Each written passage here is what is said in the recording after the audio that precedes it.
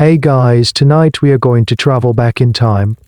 Not to a grand palace or a famous battlefield, but to the grimy, bustling, and frankly, very smelly streets of mid-19th century London. This isn't the London of charming period dramas, this is the real deal, the engine room of the Industrial Revolution. A city of incredible innovation, and equally incredible filth. Honestly, your 21st century nose would probably go on strike within the first 5 minutes. So, before you get comfortable, take a moment to like the video and subscribe, but only if you genuinely enjoy what I do here. And for a bit of fun, let me know in the comments what city you're listening from and what time it is for you right now. It's always fascinating to see where everyone is tuning in from. Now, dim the lights, maybe turn on a fan for that soft background hum, and let's ease into tonight's journey together. The jolting of the carriage finally ceases, or perhaps you've just arrived on one of the new noisy, smoke-belching steam trains, shuddering to a halt in a vast iron and glass station. It doesn't matter how you got here. What matters is that you've arrived. You step out, your worn-out boots meeting the slick, grimy cobblestones, and the first thing that hits you isn't a sight, but a smell. It's a physical presence, an invisible wall you have to push through. It's complex, a layered assault on your senses. The bass note is a permanent, damp, earthy odor from the river, mixed with the ever-present stench of coal smoke. A million chimneys are constantly spewing a thick, sulphurous haze into the air, so much so that the sky above you isn't blue but a sort of dreary, yellowish grey. This is the source of the infamous London pea superfogs, a toxic blend of smoke and moisture so thick it could choke a horse. On top of that foundation of smoke and river damp, you get the sharper, more immediate smells. There's the powerful tangy scent of horsemen or tens of thousands of horses, served as the city's main engine of transport, and they weren't exactly tidy. Then there's the smell of humanity itself, a crush of unwashed bodies, stale sweat, and wool clothing that has been damp for weeks. And under it all a faint, sweet, sickly odor that you can't quite place yet, but your primal brain registers as decay. It's the smell of garbage rotting in alleyways and, though you don't know it yet, the smell of the city's sewage. You are one of the millions who have flocked to this sporical point. London's population was exploding at a rate never before seen in human history. It had swelled from around 1 million souls at the start of the century and was well on its way to over 6 million by its end. You, like everyone else, have come here chasing the promise of work, maybe in a textile factory, on the bustling docks, or in one of the thousands of small, cluttering workshops. You left the relative predictability of the countryside for the chaos and opportunity of the city. Historians still debate the mindset of the average newcomer like you.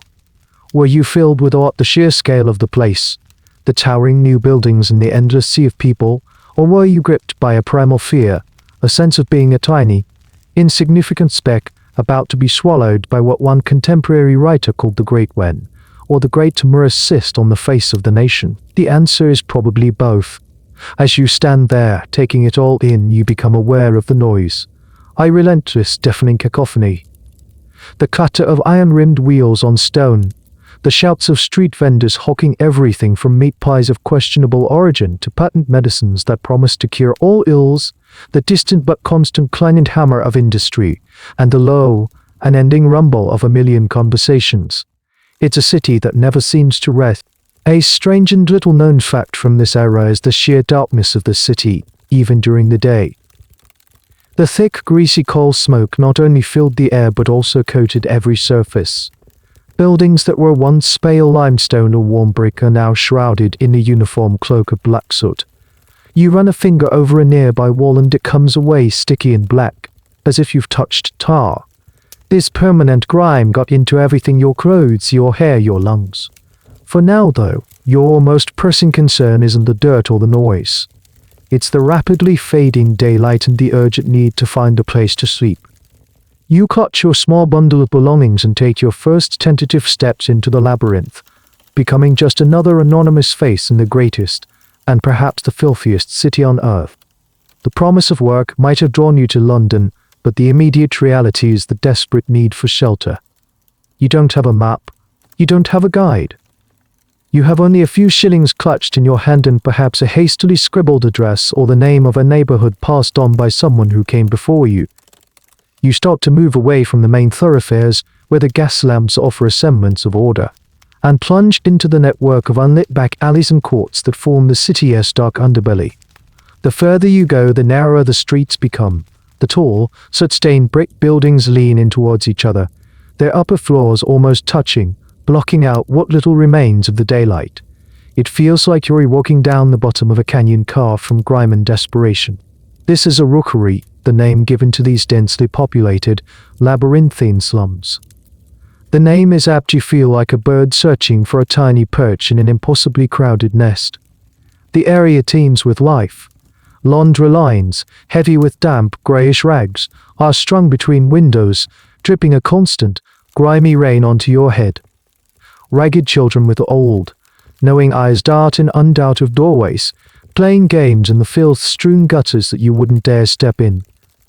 The air, already thick with coal smoke, is now heavy with the smells of boiled cabbage, stale gin, and the sharp, unmistakable odor of human waste wafting up from overflowing cesspits in the courtyards. Every doorway seems to spill people out into the lane. Every window holds a face. You are an outsider here, and you can feel the eyes on you, curious, suspicious, or utterly indifferent. You ask for directions, your voice barely a whisper against the din. You're looking for a lodging house, a place that rents rooms by the week, or even by the night. Someone, a woman with a baby on her hip and a weary look, points you down an even darker passage. This is where you encounter one of the era's most tenement.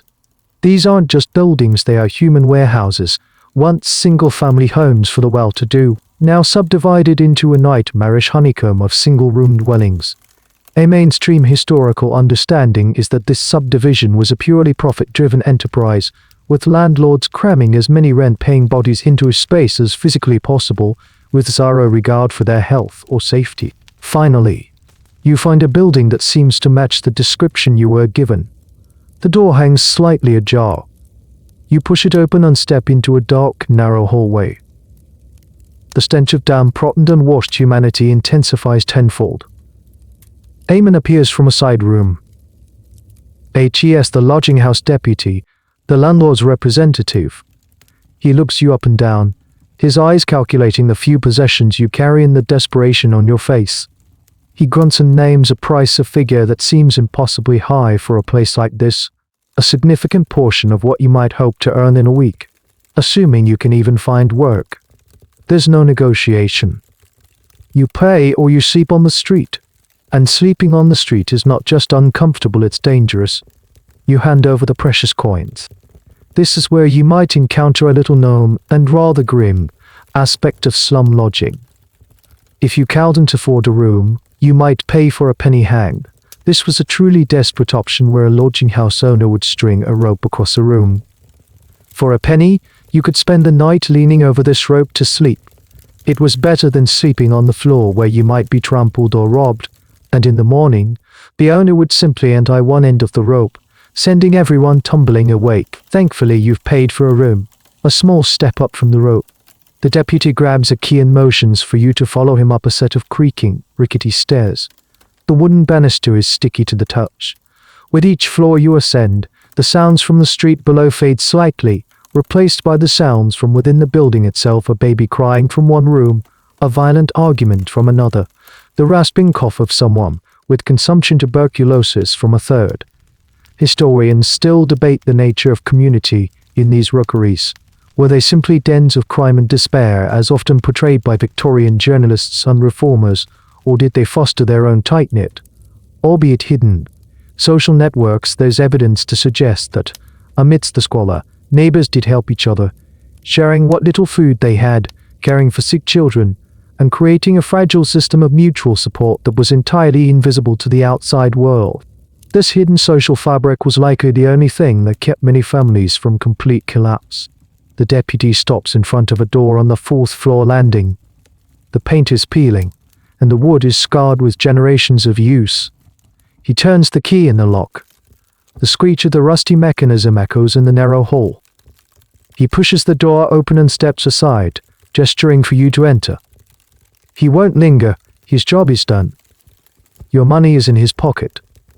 With a deep breath of mistake, as the air inside is even more stale than the hallway you crossed the threshold, you step inside, and the deputy pulls the door shut behind you, the click of the latch sounding an Avingworm final. The room is small. Calling it a room feels generous, it's more of a box. Maybe 10 feet by 12 feet. This single space is meant to serve as the kitchen, living room, and bedroom for you and your entire family. The first thing you notice is the lack of light. There is a single, small window, but its glass is so coated with decades of grime and soot that it allows only a murky, grey twilight to filter through, even in the middle of the day. You try to open it for a breath of fresh air, but it's been painted or warped shut long ago. The air inside is thick, stagnant, and carries the ghosts of every meal ever cooked and every sickness ever endured within these four walls. Your eyes slowly adjust to the gloom. The furniture is sparse and broken. There might be a single rickety wooden chair with a wobbly leg, a small table scarred with knife marks, and perhaps a wooden crate or two serving as extra seating or storage. There is no wardrobe. Your few clothes will be hung on a nail hammered into the wall or kept in the bundle you carried here. The floor is bare, splintered wood, with dark stains of unknown origin. The gaps between the floorboards are wide enough to see the lath and plaster of the ceiling below, and you know that every sound from your downstairs neighbors will travel up, just as yours will travel down. The most important feature of the room is the hearth. A small, inefficient fireplace is your only source of heat and your only means of cooking. You'll have to buy your own coal or scavenge for scraps of wood, a daily expense that will eat into your meager budget. The chimney is likely blocked or poorly constructed, meaning that as much smoke will billow out into the room as will go up the flue. Your eyes will constantly sting, and a hacking cough will become your constant companion. Historians point out that respiratory diseases like bronchitis, pneumonia, and tuberculosis were rampant, and this constant indoor air pollution was a primary cause. The walls themselves tell a story. The original wallpaper, perhaps from a more prosperous era, is peeling in long, curling strips, revealing layers of older paper beneath it, like the rings of a very sad tree. In many places, the paper has fallen away completely, exposing damp, crumbling plaster, spittery patterns of mold blooming in the corners, especially near the ceiling where the roof likely leaks. There is no running water, no sink, no toilet.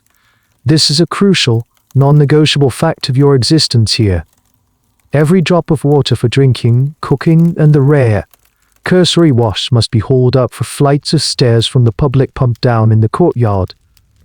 The concept of a private bathroom is a luxury beyond imagination. In one corner of the room, there's likely a simple bucket. This is your chamber pot, the shared toilet for your entire family. Its contents will have to be carried back down those same 4 flights of stairs to be dumped into the overflowing cesspit in the yard, a task no one wants, but everyone must do.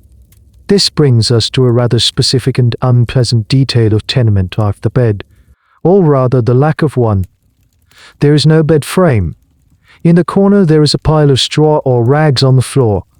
This is the communal bed for you, your partner, your children, and perhaps even a lodger you take in to make the rent.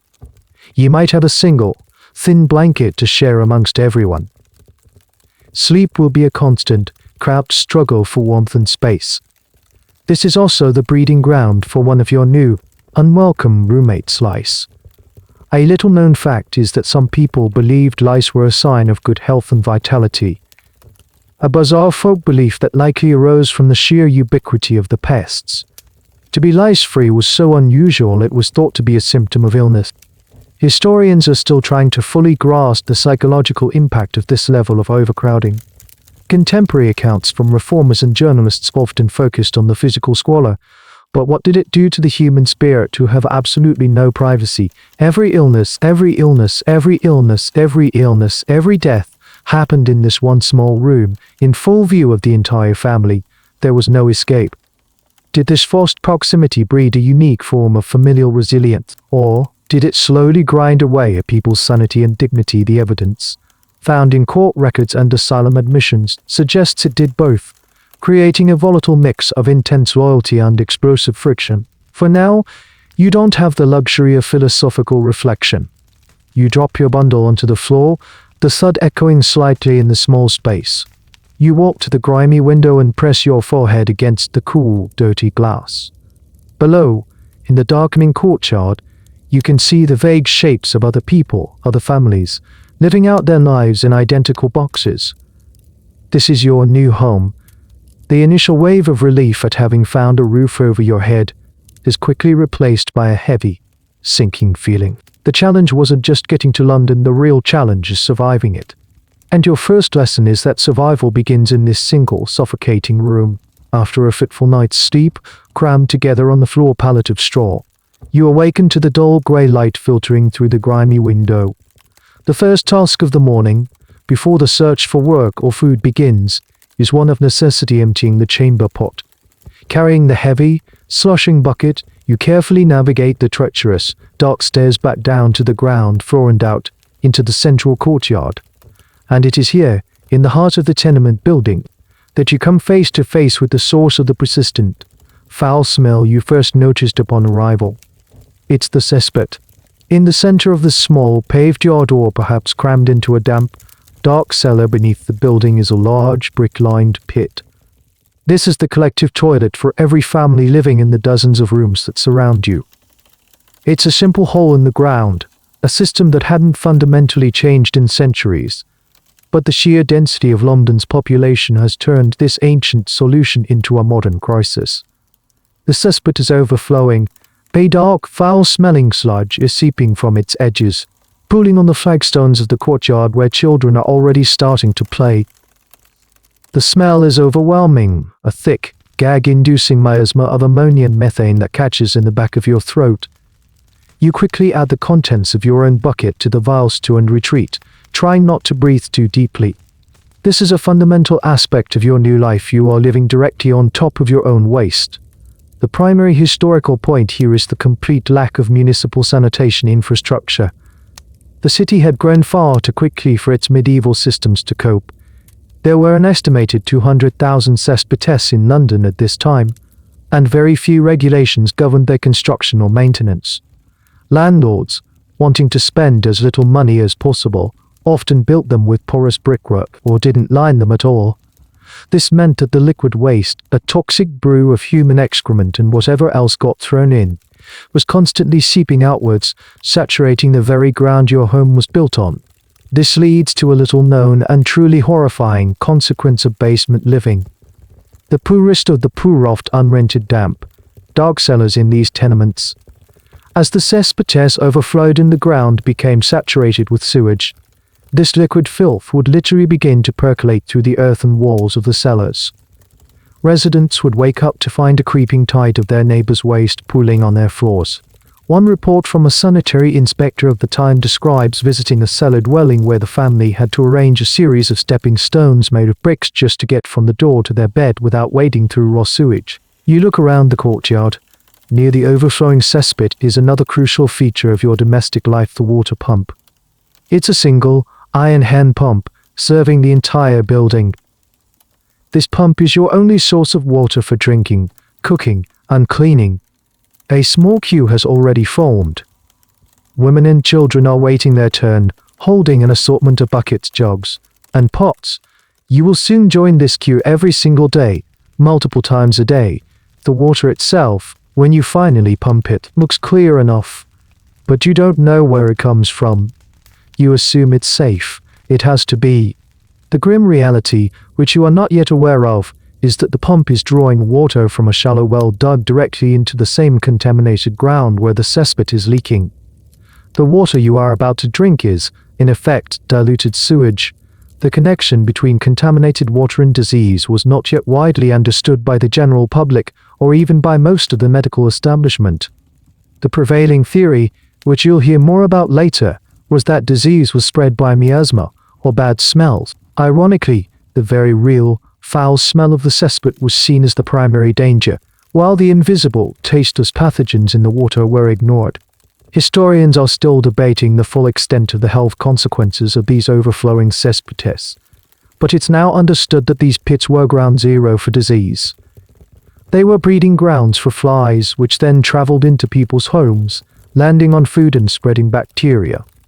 But the most insidious danger lay beneath the surface. The constant seepage contaminated the ground itself, turning the entire foundation of the neighborhood into a toxic sponge. This seepage had a terrifying and often invisible consequence. Just a few feet away from the overflowing cesspit stands the communal water pump. The well that feeds this pump draws its water from the very same soil that the cesspit is leaking into. The direct link between waste and water was not yet understood, but it was deadly. You join the small queue at the water pump. It's a social hub of sorts, a place where the daily news of the tenement is exchanged in quiet murmurs. You hear about who has found work, who has lost it, who is sick, and who has had a baby. But the mood is not cheerful. The act of fetching water is a physically demanding, relentless chore that defines the rhythm of your day. You watch a young girl, no older than 10, struggle to work the heavy iron handle of the pump, leaning back and forth to produce a gurgling stream of water that slowly fills her bucket. When it's finally full, she has to haul the heavy, sloshing container back up several flights of stairs. This is a journey she, and you, will make multiple times a day. When it's your turn, you feel the cold, damp iron of the pump handle in your hand. You start to pump. Squeak, clank, gurgle. Squeak, clank, gurgle. The water that comes out is cool, and for the most part clear. On some days you might notice it's a little cloudy or has a faint, unpleasant taste which you try your best to ignore. What choice do you have? This pump is the building's only source of water. This single point of access for hundreds of people is a major historical characteristic of urban poverty during this era. The concept of water being piped directly into a home was a reality only for the very wealthy. For you and millions like you, water was a public resource that required hard physical labor to obtain. You fill your bucket and begin the arduous journey back up the 4 flights of stairs to your room. The bucket is heavy, banging against your legs with every step. Water sloshes over the rim, soaking your already worn-out shoes and making the rickety wooden stairs even more slippery and dangerous. By the time you reach your landing, you are out of breath, and you've lost nearly a quarter of the water you so laboriously pumped. This water must now be carefully rationed. It will be used for making a weak tea, for boiling a potato if you're lucky, and for a rudimentary wash of your hands and face. This brings us to a little-known but crucial aspect of water in the 19th century: the water companies. You might think the water from this pump is free, a natural resource from the ground. It's not. The water supply in London was a chaotic and highly competitive business. A patchwork of private companies had laid claim to different districts of the city. These companies drew their water from various sources, but the most convenient, and therefore the most common, was the River Thames. As you will soon discover, is that the Thames was also the city's primary sewer. The companies would pipe this river water, often with minimal filtration, to public standpipes and pumps like the one in your courtyard. The landlord of your building paid a fee to one of these companies for the service, a cost that was, of course, passed on to you in your rent. So, the water you are drinking is not just contaminated by the leaking cesspit a few feet away. It's very likely that it has already been contaminated before it even got here, drawn from a river filled with the sewage of millions. Historians still debate the level of cynicism versus ignorance among the directors of these water companies. Did they know they were selling a product that was killing their customers, or were they, like most people, simply oblivious to the germ theory of disease and operating under the flawed miasma theory? The evidence suggests a troubling mix of both. Profit was certainly the main driver, and investing in expensive, large-scale filtration systems was seen as an unnecessary expense, especially when their customers in the slums had no other options.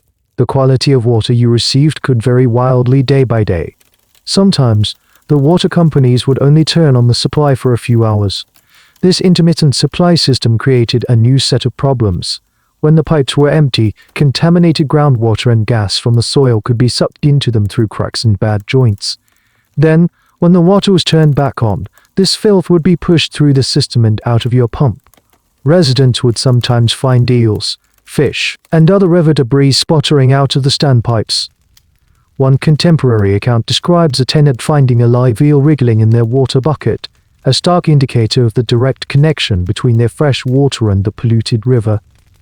You place the precious bucket of water on the floor of your room. You dip a tin cup and take a drink.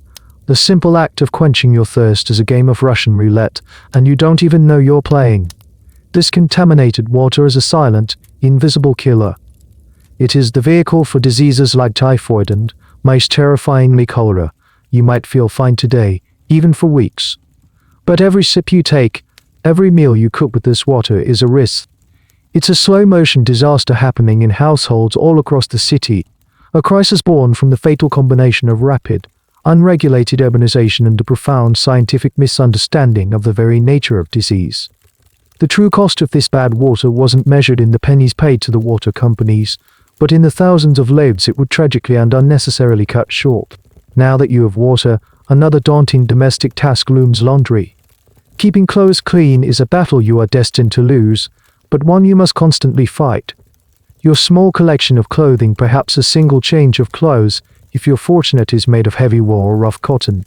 After just a day of walking the sooty streets or working in a dusty factory, it's stiff with grime and smells of smoke, sweat, and the general miasma of the city. But washing is a monumental undertaking. First, you need more water, much more than the single bucket you've already hauled. This means more trips down the treacherous stairs, more time spent at the pump, more heavy lifting back up. The sheer volume of water required for washing is a major reason why it was done so infrequently, maybe once every few weeks or even less often. This infrequent washing is a key historical point. The modern habit of wearing an outfit once and then washing it would have been utterly inconceivable and physically impossible for the vast majority of the population. Next, you need a tub. You don't own one. Some families might have a small wooden or metal tub, a prized possession that doubles for bathing the children and all manner of other tasks. If you don't have one, you have to make do with your largest bucket or pot. You pour in some of the water and now you must heat it. This means using up your precious and expensive coal, or wood to get a fire going in the smoky hearth.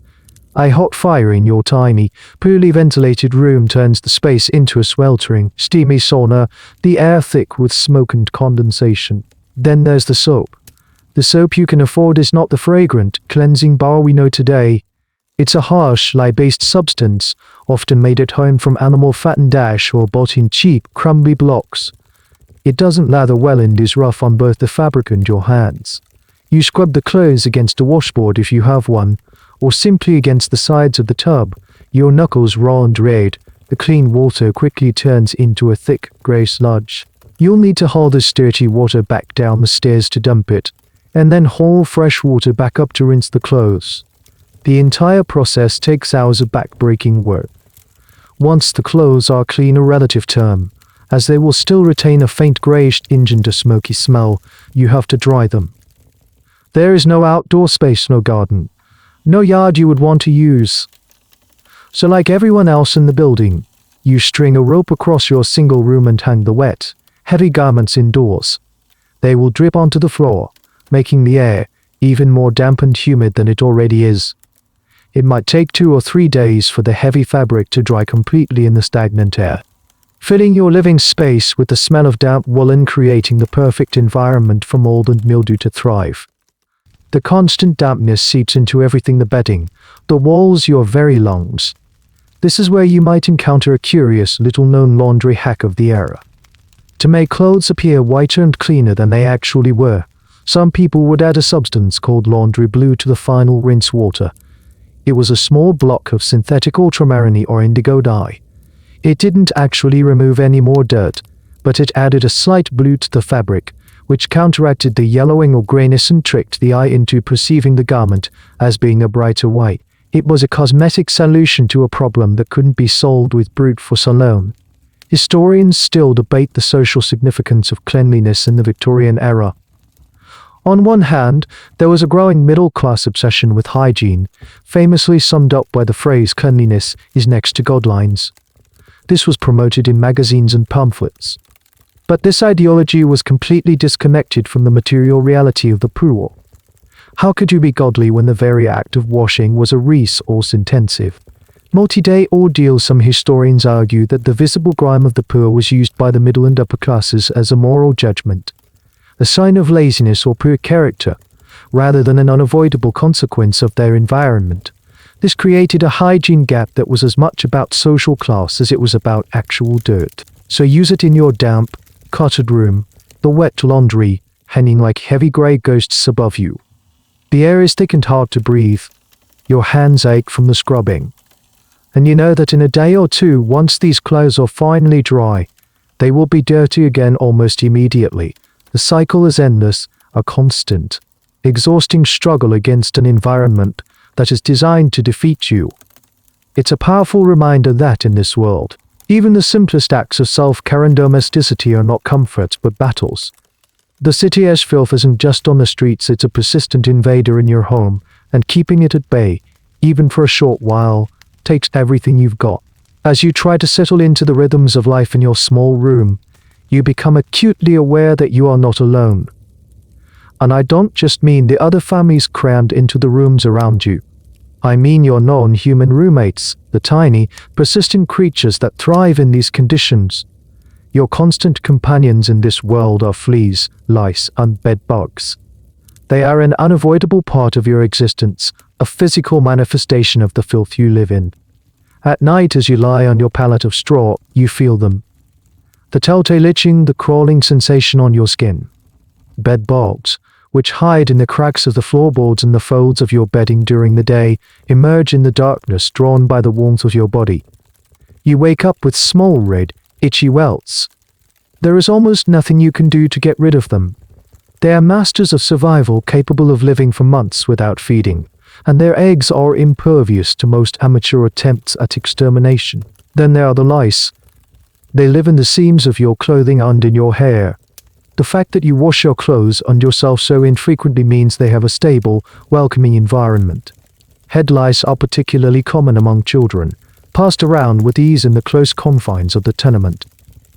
You might see a mother sitting in a doorway, painstakingly picking through her child's hair, a near impossible task. This brings us back to that strange and rather grim little-known fact, the belief that a good head of lice was a sign of robust health. The logic, as bizarre as it sounds to us, was that lice would supposedly abandon a person who was sick or running a fever. Therefore, if you were still infested, you must be healthy. It was a coping mechanism, a way of normalizing a miserable and universal condition. The mainstream historical view is that these infestations were a major public health issue, not just a nuisance. The constant scratching of bites could lead to open sores, which would then easily become infected in the unhygienic environment. More importantly, though it wasn't understood at the time, these insects were vectors for disease. Body lice, in particular, are carriers of diseases like typhus, which could sweep through crowded populations with devastating effect. You wouldn't know why an entire building was suddenly struck down with a deadly fever, but it could very well have traveled from person to person on the backs of these tiny insects. Beyond the insects, there is a larger, bolder type of roommate, the rat. London was teeming with them. The overflowing cesspits, the piles of garbage left to rot in the alleyways, and the food scraps in every home created a paradise for rodents. You hear them at night, scurrying in the walls and under the floorboards. Sometimes you'll see one dart across the room in the gloom. They are brazen and unafraid. They will steal any food that isn't secured in a metal or wooden box. A loaf of bread left on the table would be gnawed and spoiled by morning. The city waged a constant, losing war against its rat population. One popular, if brutal, form of entertainment was rat baiting. A dog, usually a terrier, would be placed in a pit with a large number of rats, and people would bet on how many rats the dog could kill in a set amount of time.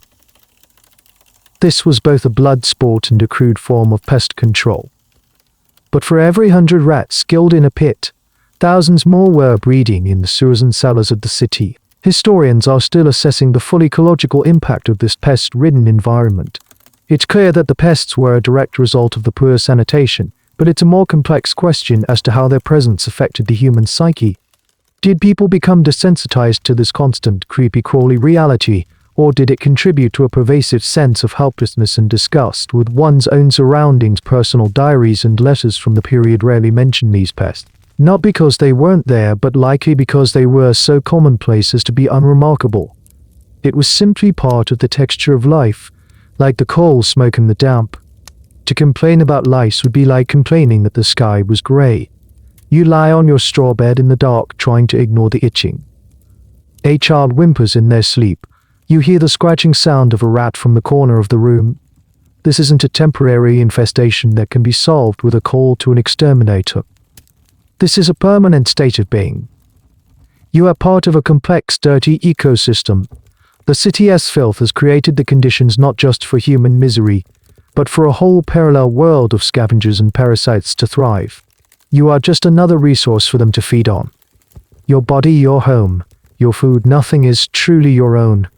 It is all shared with these unwelcome and inescapable roommates. You decide to walk, perhaps in a rare moment of respite from work or simply to get out of your suffocating room. You make your way towards the river. From a distance, the River Thames is majestic, the city's great artery, the source of its commercial power. It's spanned by magnificent new bridges and crowded with a forest of masts from ships that have come from all corners of the globe. This is the London of empire and industry, the river that built a nation. But as you get closer, your nose tells you a different story. The same faint, sweet, sickly smell you first noticed when you arrived in London is now a powerful, gagging stench. You are looking at the largest open sewer in the world.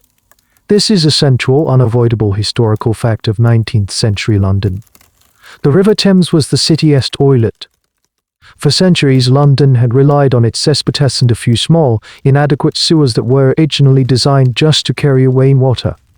But as the population exploded and the modern flushing toilet began to be adopted by the wealthy, the old cesspit system was completely overwhelmed.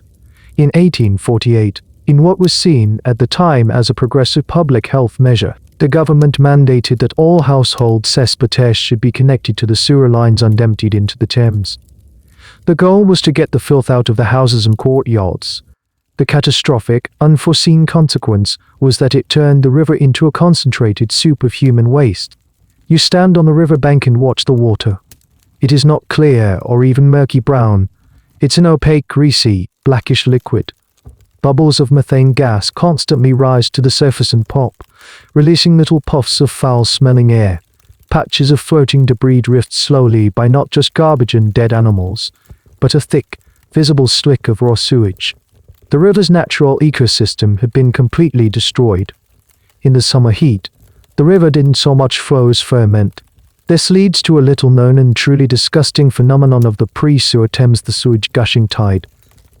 The Thames is a tidal river. Twice a day, the tide from the North Sea would push its way up the river. Instead of washing the filth out to sea as one might hope, this tidal action did the opposite.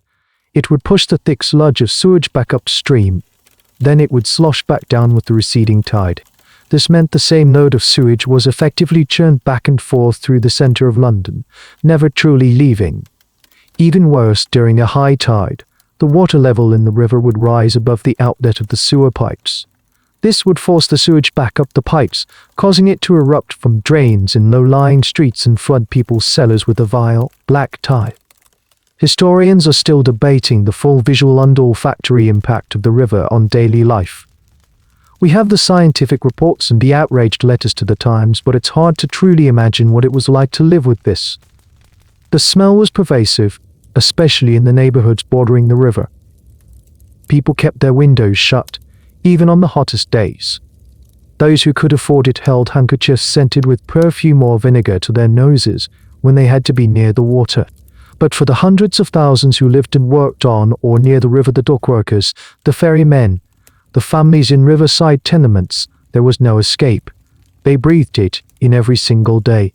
You watched the Thames watermen, the human-powered taxis of the river, as they expertly guide their small boats, called W-herries, through the floating filth. Their oars come up from the water dripping with a black, foul-smelling liquid. This river was their workplace. On the south bank, you see the tanneries and slaughterhouses, industries that dump their own noxious cocktail of animal blood, fat, and chemical waste directly into the water. adding to the toxic brew. Just a few miles upstream, the private water companies were drawing from. They would pump this water into their reservoirs, let some of the solid matter settle, and then send it into the pipes that lead to the pump in your courtyard. The sheer cognitive dissonance is staggering. The river was simultaneously a source of life drinking water, a source of commerce transport, and a tumor receptacle for all the city's waste. You turn away from the river, the smell clinging to your clothes and hair. You've just witnessed the city's greatest paradox. The Thames, the very feature that had allowed London to become a great world city, was now actively poisoning its inhabitants. It was a slow-motion public health disaster, happening in plain sight, day after day. The problem was so vast, so overwhelming, that it seemed like an act of nature, an unsolvable crisis.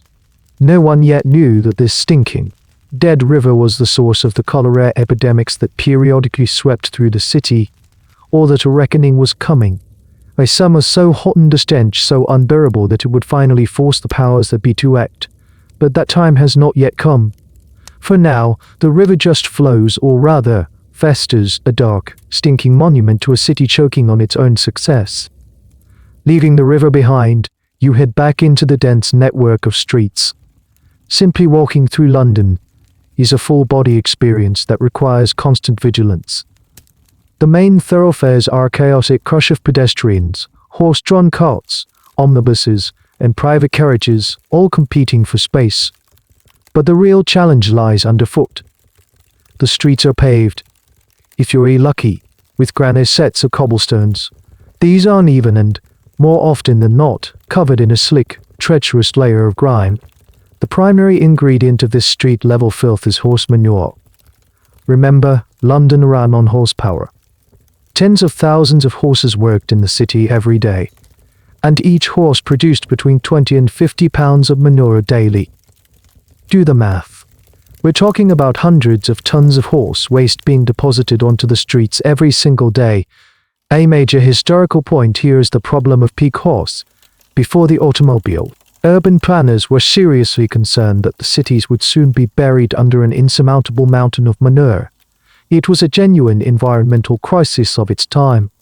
This manure was supposed to be cleared by armies of crossing sweepers and street cleaning boys. Crossing sweepers were often children or disabled adults who would, for a small tip, sweep a clean path for pedestrians to cross the filthy street. But they could never keep up. The manure, mixed with mud, rainwater, and litter, formed a thick, sticky, foul-smelling paste that coated the cobblestones. A sudden downpour didn't wash the streets clean, it just turned this paste into a liquid slurry that would splash up onto your clothes with every passing cartwheel. As you venture off the main roads and into the narrower lanes of your own neighborhood, the situation gets worse. These streets are often unpaved, just beaten earth, and they are the dumping ground for everything. You have to navigate around piles of household garbage. There was no regular, municipal garbage collection. People simply threw their refuse, vegetable peelings, rotting food, oyster shells, broken pottery into the street or a nearby alley, attracting rats and flies and emitting a sweet, rotten smell. Then there are the byproducts of industry. In a district with a slaughterhouse, the gutters might literally run red with blood and offal. Near a tannery, the air would be thick with the chemical stench of the tanning process and the gutters filled with animal hair and scraps of fat. These smaller, unregulated workshops and factories used the street as their personal waste disposal system, adding chemical and organic pollutants to the already vile mix. This leads us to a specific, and quite peculiar, little-known job of the era the pure finder. Pure is the polite euphemism for dog feces. Pure finders were typically elderly, impoverished people who would wander the streets with a bucket and tongs, collecting dog droppings. This wasn't just a strange hobby, it was a business. The pure was sold to tanneries where it was mixed with water to form a solution called bait. The enzymes in the dog feces were used to soften and clean animal hides during the leather-making process. So even the most disgusting waste product on the street had its own microeconomy. You watch your step carefully, trying to find a clear path through the mire. You see children, barefoot, playing in this filth, seemingly oblivious to the dangers. They build grottos out of oyster shells and mud, and sail bits of wood in the polluted puddles. Their immune systems, if they survived infancy, were likely hardened in ways we can't imagine. But the risk of infection from any small cut or scrape was enormous. Historians still debate the effectiveness of Victorian street cleaning efforts. While there were official bodies and contractors responsible for cleaning the main roads, their methods were primitive and often corrupt. The contracts where locally cleaned sections was common. In the poorer districts, official street cleaning was virtually non-existent. The responsibility fell to the local parish, which often lacked the funds or the will to do anything meaningful. The filth was simply allowed to accumulate, becoming part of the very fabric of the neighborhood. The state of the streets had a profound social effect. It created a clear physical and symbolic separation between the classes. The wealthy could travel above the filth in their private carriages. Their homes had shoe scrapers built into the iron railings by the front door, a small but essential tool for removing the street's grime before entering the clean interior. For you, there is no escape. The filth of the street gets on your shoes, on the hem of your clothes. It is tracked back into your single room, adding another layer to the domestic squalor. The outside world and the inside world are not separate, they are in a constant, dirty dialogue. You finally make it back to your tenement building, your boots several pounds heavier with mud and dung. The journey of just a few blocks has been a miniature odyssey through a landscape of urban decay. The symphony of the streets is not just a sound, it's an assault on all the senses: a smell, a sight, a treacherous feeling underfoot. It's a powerful, daily reminder that in this city, you are truly at the bottom of the pile, in every sense of the word. You are sitting in your room, the door shut against the noise of the tenement, but you can't shut out the smell. A foul odor seems to seep through the very walls. It's a mix of the overflowing cesspit in the courtyard, the nearby river, and the general decay of the neighborhood. You, and everyone around you, believe that this smell is not just unpleasant, it is deadly. This is the heart of the miasma theory, the dominant scientific and popular understanding of disease for most of the 19th century. The theory, which had roots stretching back to ancient Greece, held that diseases like cholera, chlamydia, and the Black Death were caused by a miasma, a noxious form of bad air. This miasma was believed to emanate from rotting organic matter, garbage, sewage, decaying corpses, and could be identified by its foul smell. In this worldview, the stench itself was the disease. It was an invisible, poisonous cloud that could drift through the streets, seep into homes, and infect those who breathed it. This is a crucial historical point because it dictated nearly all public health efforts for decades. The focus was entirely on eliminating the smell, not the source of the germs we now know were the real culprits. So when a wave of sickness hits your neighborhood, the first suspect is always a particularly bad smell. Did a nearby sewer get blocked? Is there a new, foul-smelling factory nearby? People would burn pungent substances like vinegar, rosemary, or even tar in their homes, hoping that a strong, good smell could overpower and neutralize the bad miasmatic air. Doctors would carry pomaderess, small metal bowls filled with fragrant herbs, which they would hold to their noses when visiting the sick. The wealthy living in the less congested and better-smelling West End felt safe, not because they were geographically distant from the germs, but because they were distant from the stench. This belief in miasma led to some strange and ultimately useless public health interventions. During the cholera outbreak, officials might order barrels of coal tar to be burned in the streets, filling the air with a thick, acrid smoke. The logic was that the powerful chemical smell would disinfect the air. They would order tons of lime to be dumped into the sewers and onto the banks of the Thames, not because it would kill germs, which it could, but because it would reduce the smell of decay. These actions treated the symptom, the smell, while completely ignoring the cause of the disease, which was silently being ingested in every cup of water. This brings us to a little known, and rather ironic, aspect of the miasma theory. It wasn't entirely wrong. It was wrong about the mechanism of transmission, it wasn't the smell itself, but it was right about the location of the danger. The places that smelled the worst, slums with no sanitation, polluted rivers, were, in fact, the places where disease was most rampant. The theory was flawed, but its conclusions about where to find sickness were often correct. This is why it was so persistent and so difficult to disprove. It seemed to work. People could use their own senses to identify the threat. If it smelled bad, it was dangerous. This intuitive, sensory-based logic was far more compelling to the average person than a complex, invisible theory about tiny living organisms in the water. Historians still debate the legacy of the miasma theory. On one hand, it was a massive obstacle to true scientific understanding that could have been prevented. It focused massive resources on the wrong solutions. On the other hand, the drive to clean up the city to eliminate smells did have some positive side effects. The movement to create more parks and wider streets, for example, was partly driven by a miasmatic desire to ventilate the city, to let fresh air blow away the bad. The eventual construction of London's Great Sewer System was justified to Parliament almost entirely on the miasmatic argument of eliminating the horrific smell from the Thames. So, in a strange twist of fate, a wrong theory ultimately led to the right solution, albeit for the wrong reasons.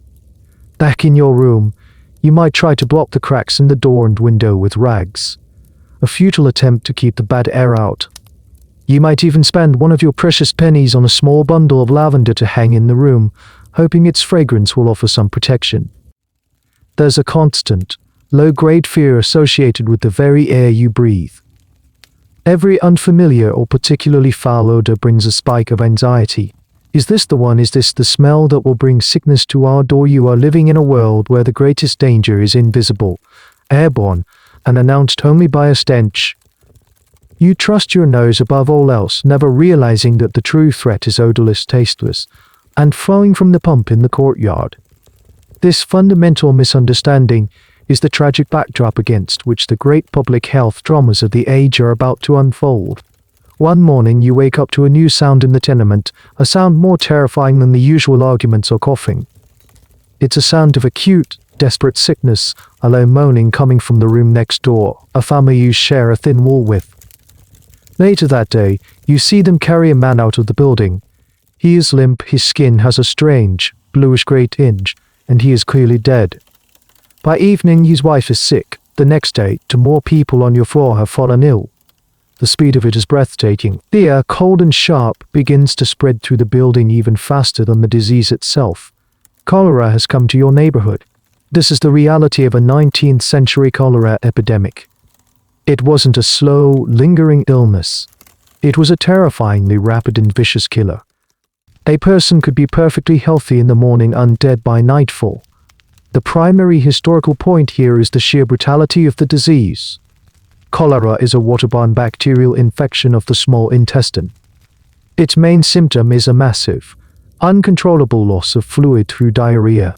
It was nicknamed Blue Death because the rapid dehydration would cause the victim's skin to turn a grayish-blue color as their blood thickened and their circulation failed. You listen through the wall as your neighbor sickens. The sounds are distressing and undignified. There is no quiet suffering. The disease purges the body of all its water. An infected person could lose gallons of fluid in a matter of hours.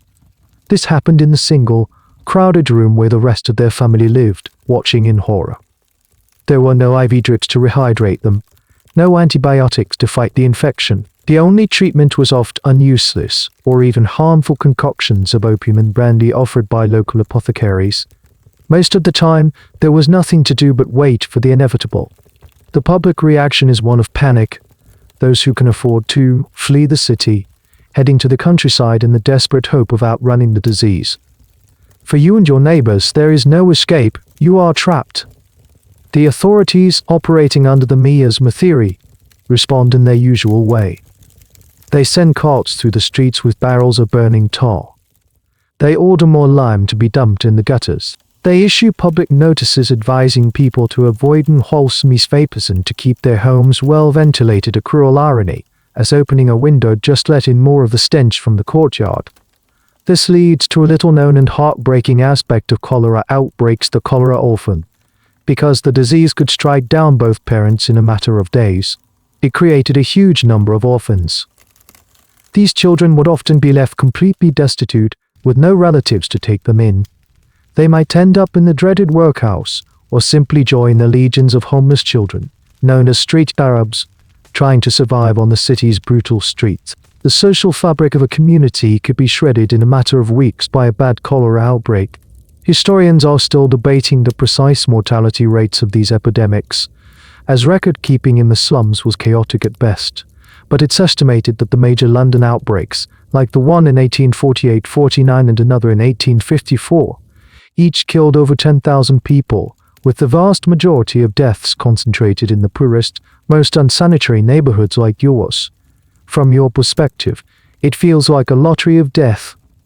You see your neighbors, people you spoke to just yesterday, fall ill and die. Why them and not you? There seems to be no rhyme or reason to it. One family is wiped out, while the family next door remains untouched. This seeming randomness fueled both the panic and the flawed miasma theory. If the disease was in the air, why didn't everyone get sick? This led to all sorts of speculation about a person's predisposition. The middle-class press would often write about the victims in moralizing terms, suggesting that the poor, with their supposed habits of drunkenness and uncleanliness, were somehow more susceptible. It was a way of blaming the victim, of creating a comforting distance between us, the clean, moral, and safe, and them, the dirty, immoral, and diseased. You live in a state of constant, quiet terror. Every stomach cramp, every feeling of nausea, brings a jolt of fear. Is it starting? Am I next? You become suspicious of everything. You try not to breathe too deeply when you walk past a smelly drain. You might even avoid talking to the families of the sick, fearing the disease could be passed through conversation. The community, which was once a source of support, becomes fragmented by fear and suspicion. You still have to go to the pump in the courtyard to get water. You see the pail outside the door of the sick family, used to carry away their waste and dumped into the same cesspit that contaminates your water supply. You don't make the connection. No one does. You just pump the handle, fill your bucket with the cool, clear, deadly water, and pray that the bad air doesn't find its way into your room. In the midst of the fear and chaos of the 1854 cholera outbreak, a quiet, methodical man begins to walk the streets of Soho, a neighborhood not far from your own. His name is John Snow. He is an anesthetist by trade. He famously administered cholera during childbirth, but his real passion is epidemiology. And he has a radical, deeply unpopular idea. He does not believe in the miasma theory. He thinks the bad air has nothing to do with it. He believes cholera is being spread through contaminated water. This is a pivotal moment in the history of public health. John Snow's investigation is a classic example of scientific detective work. While other doctors were sniffing the air and recommending that people burn talc, Snow was doing something completely different. He was talking to people and making a map. He goes door to door in the afflicted area, a grim task. He speaks to the families of the dead and the sick. He asks them simple, direct questions. Where do you get your water? Not just generally, but from which specific public pump? You might see him in the street, a serious-looking man in a dark coat with a notebook in his hand. He's not loud or dramatic. He's just observing, collecting data. To most people, his questions about water pumps seem bizarre and irrelevant. The danger is the smell. Everyone knows that. This doctor seems to be wasting his time on a strange obsession. But Snow is meticulous. He records the location of every single death from cholera in the neighborhood. He then marks them on a large street map, a small black bar for each deceased person. As he adds more and more data points, a terrifying pattern begins to emerge. The black bars are not randomly scattered throughout the neighborhood. They are clustered, thick and dense, around one particular location, the public water pump on Broad Street, now Broadwick Street. The further a home was from the Broad Street pump, the fewer deaths there were. People who lived closer to a different pump were almost entirely spared. This map is Snow's masterstroke. It's a simple, brilliant piece of data visualization that makes his argument compellingly clear. The map shows that the outbreak is centered not on a bad smell or a foul sewer drained, but on a single source of drinking water. He investigates the anomalies, the cases that don't seem to fit the pattern. He finds a workhouse nearby that has its own private well and has suffered very few deaths. He tracks down the case of a widow who had moved out of the neighborhood, but died of cholera. Her family tells him that she had a nostalgic fondness for the taste of the water from the Broad Street pump and had a bottle of it delivered to her every day. The evidence becomes overwhelming. This brings us to a little-known detail of Snow's investigation, the index case. Snow believed the contamination of the pump was started by a single infected person. Through his interviews, he traced the start of the outbreak to a single house on Broad Street where a baby had contracted cholera from another source. The baby's mother had been washing its soiled diapers and dumping the contaminated water into a leaky cesspit just 3 feet away from the well of the Broad Street pump. The well's brick lining had decayed, allowing the cholera bacteria to seep directly from the cesspit into the drinking water. He had found the smoking gun. Armed with his map and his evidence, Snow goes before the local parish authorities, the Board of Guardians. He presents his findings and makes a radical, unprecedented request to disable the pump.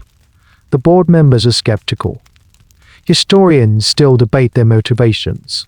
Were they simply die-hard believers in the miasma theory, unable to accept this new idea, or were they worried about the public panic and the cost that would ensue if a major water source was declared poisonous? It was probably a mix of both. They listen to Snow, but they are not fully convinced. However, the evidence on his map is so visually powerful, and the death toll is so high, that they agree to a compromise. They won't officially endorse his theory, but as a precautionary measure, they will remove the handle from the pump. So, one day, you might walk by the pump on Broad Street and see a small crowd gathered. A parish workman is physically removing the iron handle, rendering the pump useless. People are confused. Some are angry. It's an inconvenience. They now have to walk further to get their water. They don't understand the significance of this act. But the results are almost immediate. The number of new cholera cases in the area plummets. The removal of the pump handle on Broad Street is now a legendary moment in public health. John Snow's work didn't immediately kill the miasma theory that would take decades, but it was the first powerful, evidence-based blow against it. He had shown that a disease could be traced to a specific, preventable source. He had demonstrated the power of data and mapping in understanding an epidemic. You, living in a nearby slum, probably wouldn't have heard his name. Persistent work was the beginning of a revolution that would eventually lead to clean water, modern sewers, and a world where you no longer had to fear death in every glass of water. The story of the Broad Street pump was a dramatic breakthrough, but for you and most of London, nothing has changed. The pump handle may have been removed in one small part of Soho, but there are thousands of other pumps, drawing from thousands of other shallow wells, right next to thousands of other leaky cesspites. The fundamental, deadly connection between the water you drink and the waste you produce remains the city's dark secret. You are still living through the consequences of a system where the price of a single sip of water could be your life. Let's zoom in on that transaction.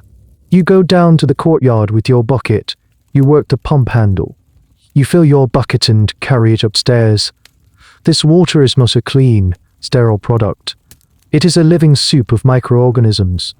The key historical point here is the nascent, and still largely ignored, science of bacteriology. While John Snow had correctly identified the mode of transmission water, he didn't know exactly what was in the water. He theorized about a cholera poison or a morbid matter. It would be several more decades before Robert Koch would definitively prove the germ theory of disease and identify the specific bacterium, Vibrio cholerae, that caused cholera. So you are living in a strange scientific limbo. The most advanced medical minds are engaged in a fierce debate, but on the streets, the old beliefs hold sway. The water from the pump looks clean. It quenches your thirst. The cesspit a few feet away smells foul. Therefore, the smell is the danger, and the water is safe. It's a conclusion based on the evidence of your senses, and it's a perfectly logical one. It's also dead wrong. Consider the physical journey of the water. Rain falls on the city, seeping into the soil that is already saturated with the contents of leaking cesspites and graveyards. This groundwater slowly percolates towards the shallow well that your pump draws from. On its way, it picks up a staggering load of contaminants. Not just the cholera bacteria, but also the pathogens for typhoid, dysentery, and a host of other diarrheal diseases that were so common they were just considered a part of life, especially for children. The high infant mortality rate of the era was due in large part to these waterborne illnesses. This brings us to a specific and rather disgusting, little-known fact about London's water: the taste. While some contaminated water was tasteless, water drawn from near graveyards was often described as being particularly cool, clear, and even sweet.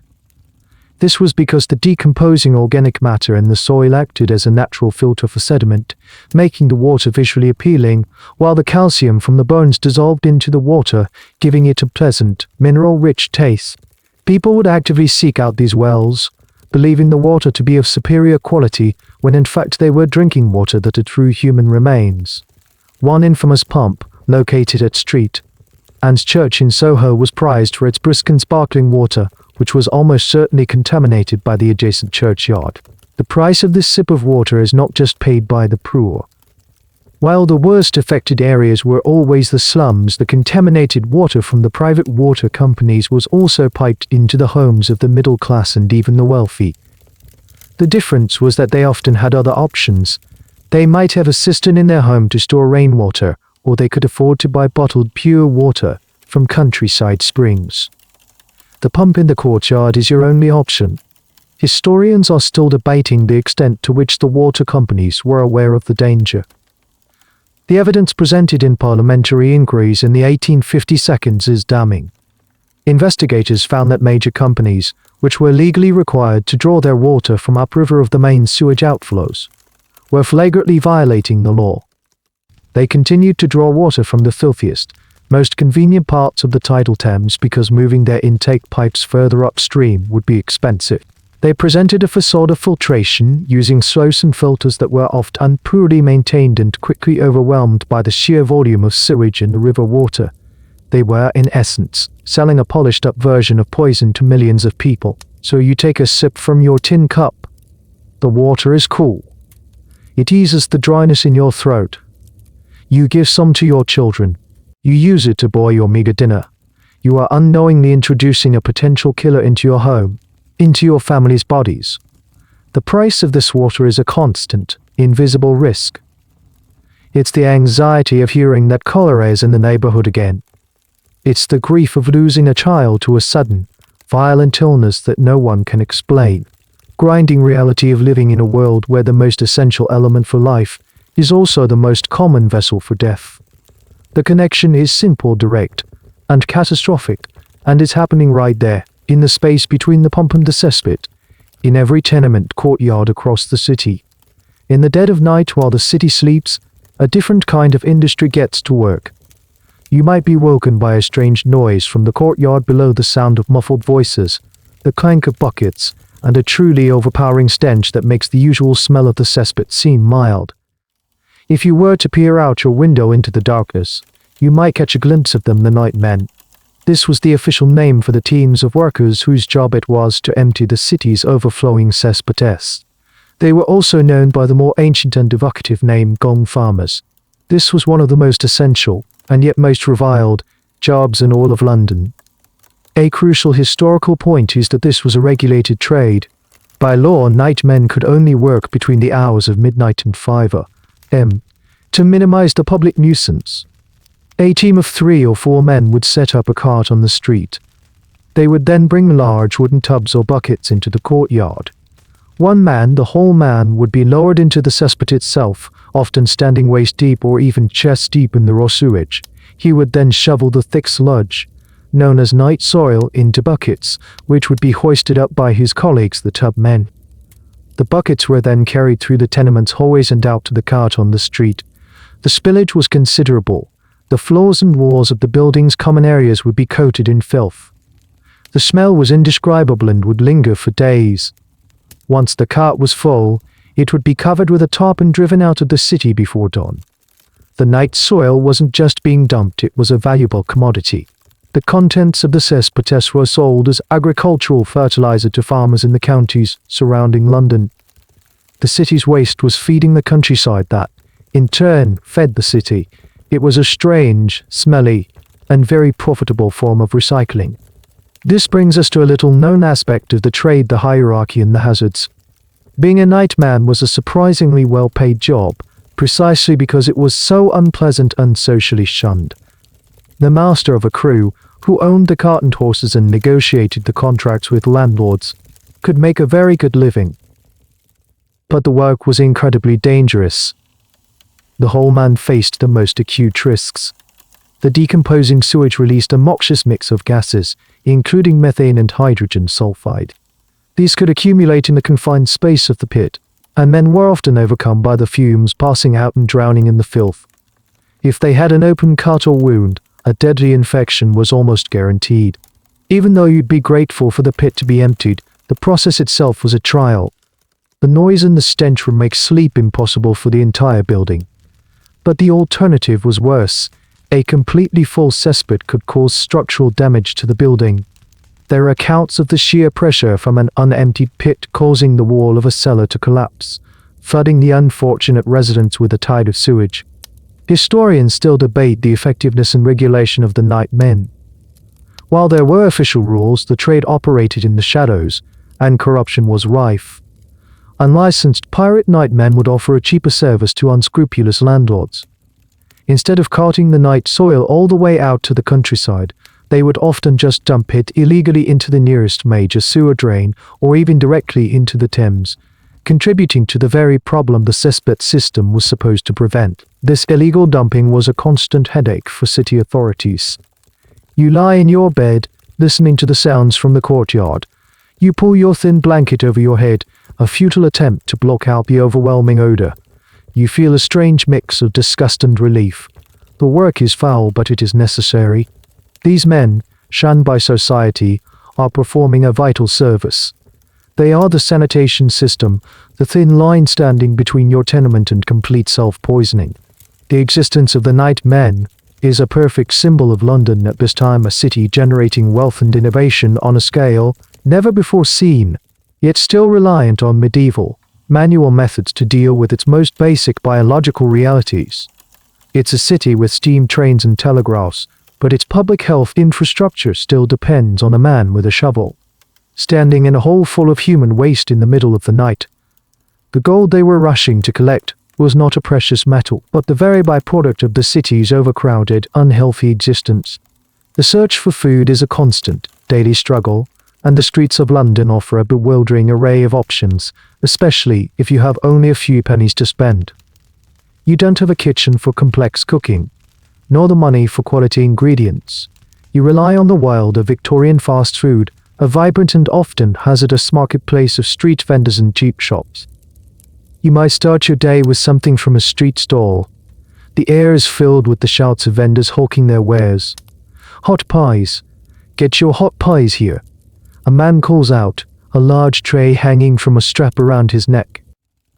The pies are cheap and filling, but what's inside is a mystery. The meat is often of the lowest possible quality, scraps and offal from the slaughterhouse, or worse. Urban legends, which were often grounded in truth, abounded about pies made from cats, dogs, or even rats. The key historical point here is the complete lack of food regulation. The concept of government oversight for food safety was in its infancy. Adulteration was not just common, it was the standard business model for anyone selling cheap food. You push past the pie man and see a woman selling oysters from a barrel. Oysters today are a luxury, but in Victorian London, they were the food of the poor, cheap, plentiful, and protein-rich. You could buy a few for a penny. The problem was their source. They were often harvested from the heavily polluted Thames estuary, soaking in the same water as the city's sewage.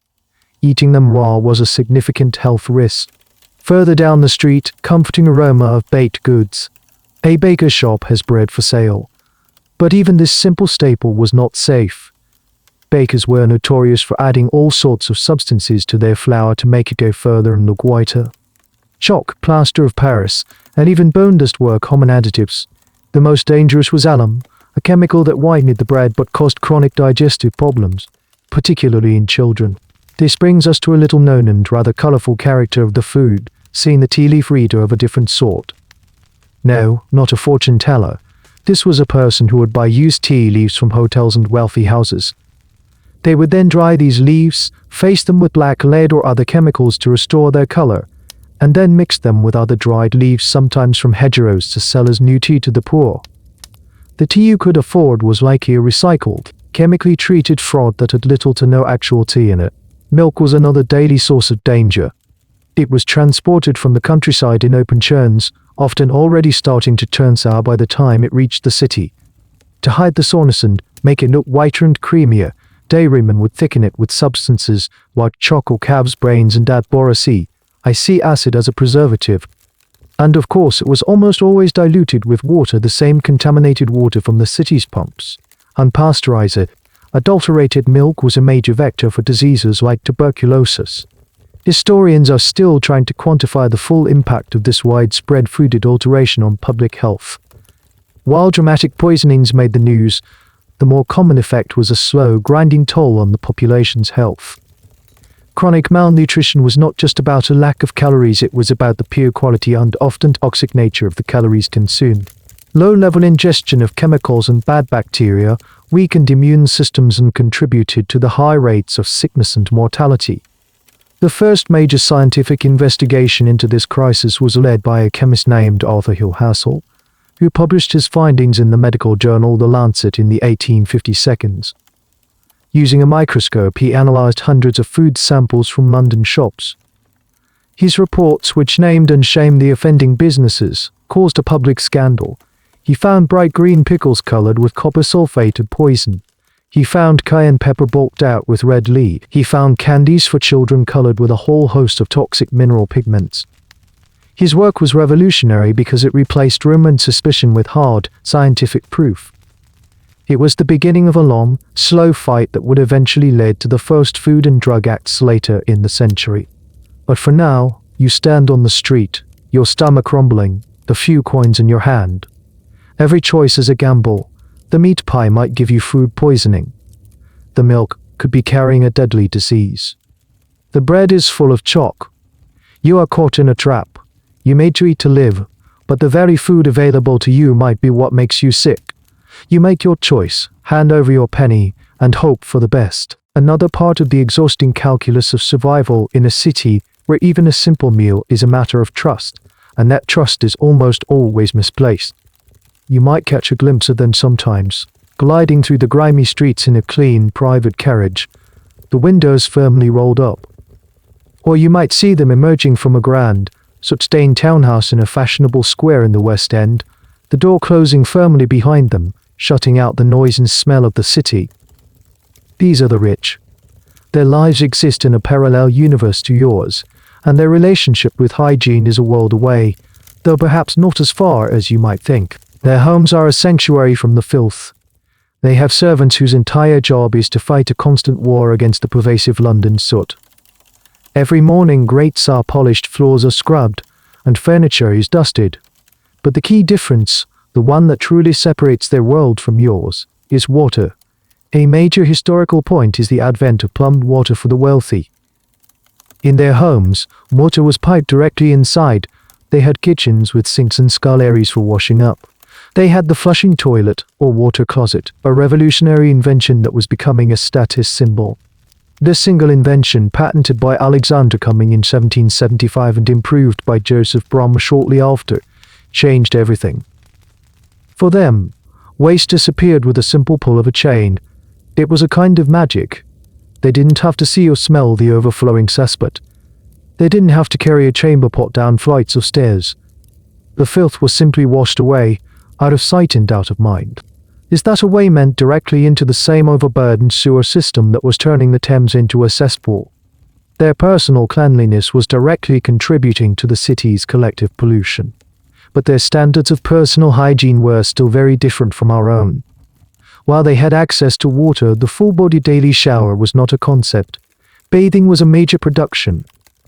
A servant would have to hold buckets of hot water, often from a large boiler in the kitchen, up several flights of stairs to fill a metal tub placed in front of the fire in the bedroom or a dedicated dressing room. This was a weekly, not a daily, ritual. They would perform a dry wash at a washed stand in their bedroom using a basin, a pitcher of water, and a sponge to clean their face, hands, and underarms. This brings us to a little-known and rather fragrant detail of upper-class hygiene: their war on body odor. Since they bathed infrequently, and their clothing was often made of heavy, non-breathable fabrics like silk and wool, body odor was a constant concern. They didn't rely on deodorants. They relied on perfume. Both men and women used powerful, heavy scents: musk, patchouli, lavender not just on their skin, but on their handkerchiefs and gloves as well. The goal was not to eliminate odor, but to mask it with a more powerful, socially acceptable one. The air at a high society ball would have been a thick, heady mix of perfume pomade and the underlying scent of warm, unwashed humanity. Historians still debate the true cleanliness of the Victorian wealthy. While they were obsessed with the visible cleanliness of their homes and clothes, their understanding of germ theory was just as hazy as anyone else's. They saw hygiene primarily as an aesthetic and moral issue, not a medical one. A clean home and a clean collar were signs of a respectable, ordered life. Dirt was a sign of moral failing, which is why they were so quick to judge the great and washed poor. They didn't fully grasp that the invisible germs in their still imperfectly filtered water or on the unwashed hands of a cook could be just as dangerous as the visible filth of the slums. A wealthy woman might wear a voluminous dress with layers of petticoats. The outer layers would be made of expensive silk or velvet, but the undergarments, the chemises and drawers that were closest to the skin, would be made of white cotton or linen. This was practical. These white undergarments could be boiled and bleached, a harsh cleaning process that the delicate outer fabrics couldn't withstand. So, while the outer appearance was one of pristine elegance, the actual system was designed to manage a level of grimminess that we would find surprising today. You watch as a wealthy couple steps out of their carriage. Their clothes are immaculate, their boots are polished. They seem to float above the grime of the street, protected by their wealth. They hold scented handkerchiefs to their noses as they pass a particularly foul-smelling alleyway, their faces a mask of distaste. They see the filth you live in, but they don't understand it. They see it as a choice, a failure of character. They don't see the broken pump, the overflowing cesspit, the systemic trap you are caught in. Their cleanliness is a fortress they have built to separate themselves from your reality. But it's a fortress with unseen vulnerabilities.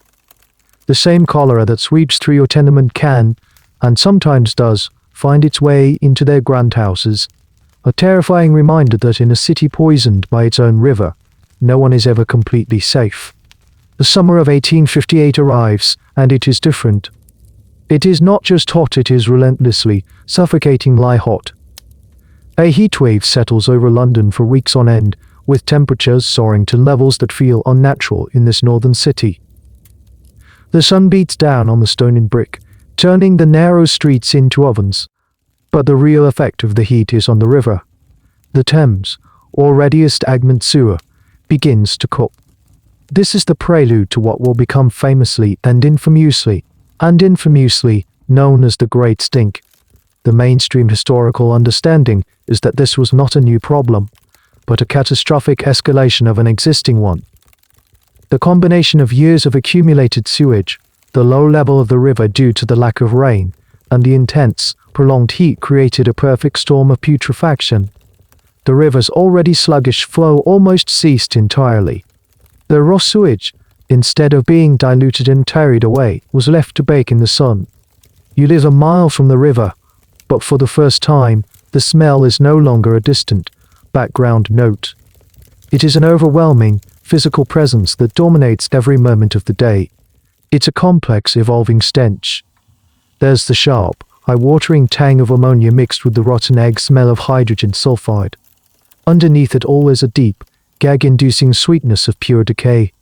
It seems to coat the back of your throat, and you can almost taste it. It gets into your clothes, your hair, your food. There is no escape from it. You see people walking through the streets holding handkerchiefs soaked in vinegar or cheap perfume to their faces. The sale of smelling salts and aromatic compounds skyrockets. But these are feeble defenses against an odor of this magnitude. The miasma theory, the belief that bad smells cause disease, is no longer a theory. It feels like an absolute, terrifying certainty. The air itself feels poisonous. The air itself feels poisonous. The city is gripped by a collective panic. People are convinced that a new, even more deadly plague is about to erupt from the foul-smelling river. A little-known but vivid detail from this time comes from the riverboat operators. The men who ran the ferry services on the Thames reported that the water had become so thick with filth that their paddle steamers struggled to move through it.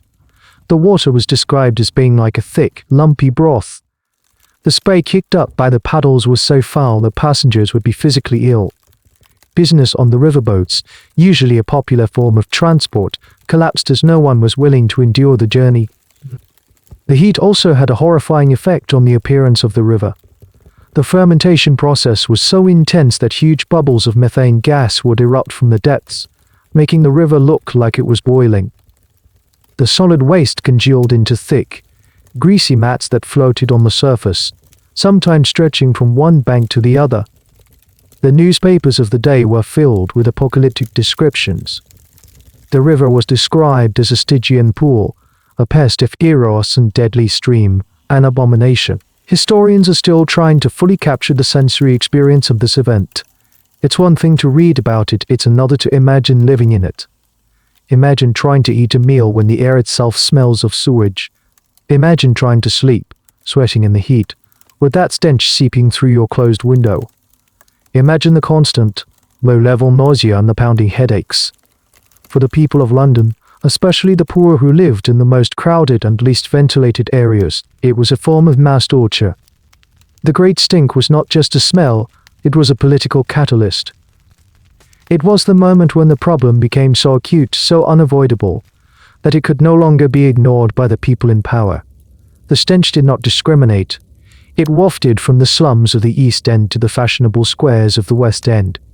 And most importantly, it wafted directly into the windows of the newly rebuilt Houses of Parliament, which stood right on the riverbank at Westminster.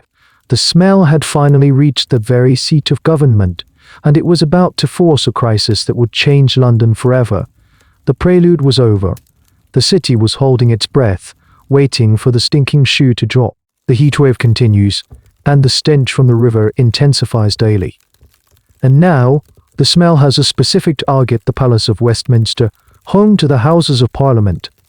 This grand, Gothic revival building, a proud symbol of British power and stability, had recently been completed. Its architects had, with a stunning lack of foresight, designed its ventilation system to draw air directly from the riverside.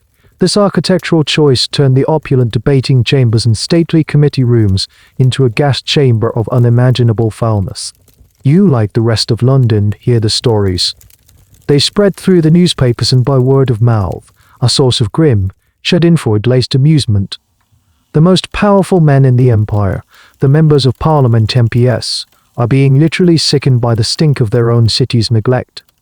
This is a key historical moment. The problem of London's sanitation is no longer an abstract issue affecting the distant poor. It has become a personal, physical assault on the legislature.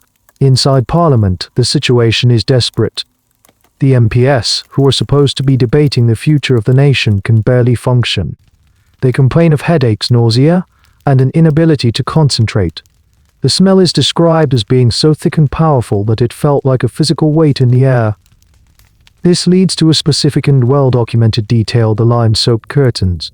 In a desperate attempt to purify the air coming into the building, the building's custodians are ordered to hang huge sheets and curtains, soaked in a solution of chloride of lime, over all the windows facing the river.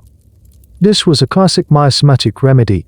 The sharp chemical smell of the lime was supposed to neutralize the foul stench of the sewage. It failed spectacularly. The result was a nauseating new smell, a combination of raw sewage and swimming pool disinfectant that was arguably even worse than the original. The grand halls of Parliament now reeked like a giant, decaying public lavatory. The politicians are in a state of panic. The newspapers have a field day, publishing satirical cartoons and scathing editorials. One famous cartoon depicts Father Thames as a filthy, knocking on the door of Parliament and introducing his offspring diphtheria, XCR of Euler, and cholera to the terrified politicians inside. The pressure is immense. The pressure is immense. The government, led by Prime Minister Benjamin Disraeli, realizes that they cannot simply ignore the problem or wait for the weather to change. The climax arrives in mid-June. The stench in the House of Commons becomes so utterly unbearable that an attempt is made to move the day's business to a committee room further from the river. But the smell has permeated the entire building. There is no escape. In a moment of high drama, the MPs, defeated and disgusted, vote to adjourn and flee the building. Parliament is literally driven from its chambers by a smell. It's a moment of profound national humiliation. The government of the most powerful empire on earth has been defeated by its own excrement. Historians still debate the political maneuvering that happened behind the scenes. Was Disraeli a true sanitary reformer, or was he a pragmatist who saw political opportunity? The answer is likely that a unique political moment where swift, decisive, and expensive action was not only possible but demanded by both the public and the political class. The usual arguments against massive public spending, the sanctity of private enterprise, the burden on the taxpayer, were suddenly swept away by the sheer, undeniable horror of the smell. You hear the news on the street, Parliament has fled. There's a dark satisfaction in it. For years, the politicians had ignored the petitions, the reports from doctors, and the pleas from reformers about the conditions in your neighborhood. They had debated endlessly while people died of cholera. Now, the problem has come to them in a form they cannot ignore.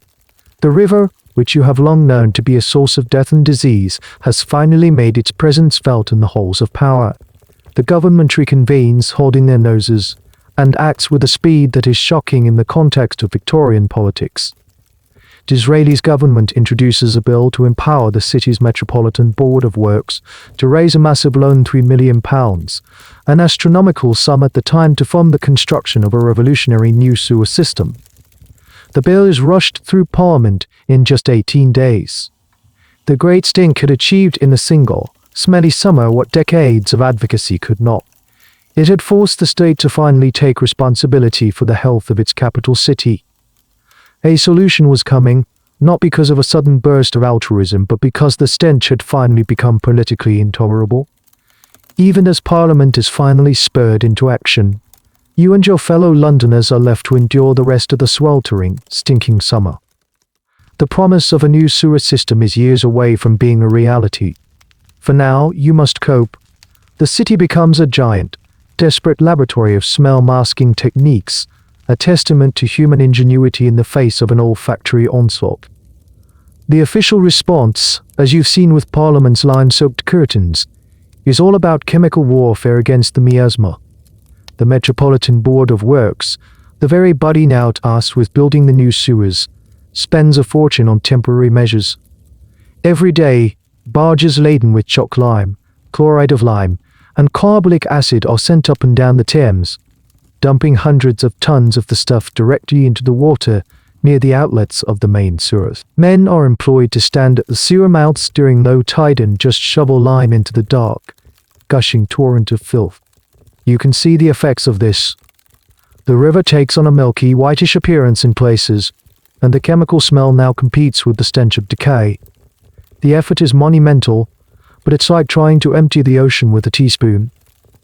The sheer volume of sewage pouring into the river every day, an estimated 400,000 tons, is simply too much for these chemical band-aids to handle. The Great Stink persists. This is the mainstream historical narrative of the official response. But the more interesting story is what happens on a personal level in homes like yours. People become amateur chemists and perfumers, desperately trying to create a pocket of air. The sale of anything with a strong pungent odor soars. You might spend a precious penny on a small bag of lavender or rosemary to hang in your room, or you might burn scraps of leather or sugar on your small fire, as these were believed to create a smell that could purify the air. This brings us to a little-known and rather desperate domestic practice, the fever-preventing fumigation. When a family member was sick, or if you simply feared the miasma was getting stronger, you might perform a fumigation. A common method was to place a shovel of hot coals in the middle of the room and then sprinkle a pinch of powdered brimstone sulfur onto it. This would release a thick, choking cloud of sulfur dioxide gas.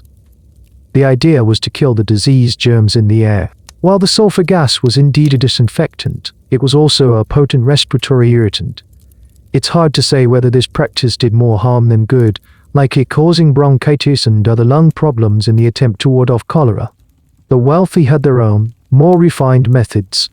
They would douse their handkerchiefs in expensive eau de cologne. A popular item was the vinaigrette, a small ornate silver or gold box with a perforated lid. Inside was a sponge soaked in aromatic vinegar. A lady or gentleman could discreetly lift this to their nose when encountering a particularly foul odor, taking a quick, restorative sniff. It was a fashionable accessory born of olfactory necessity. Historians are still debating the psychological impact of this constant sensory assault.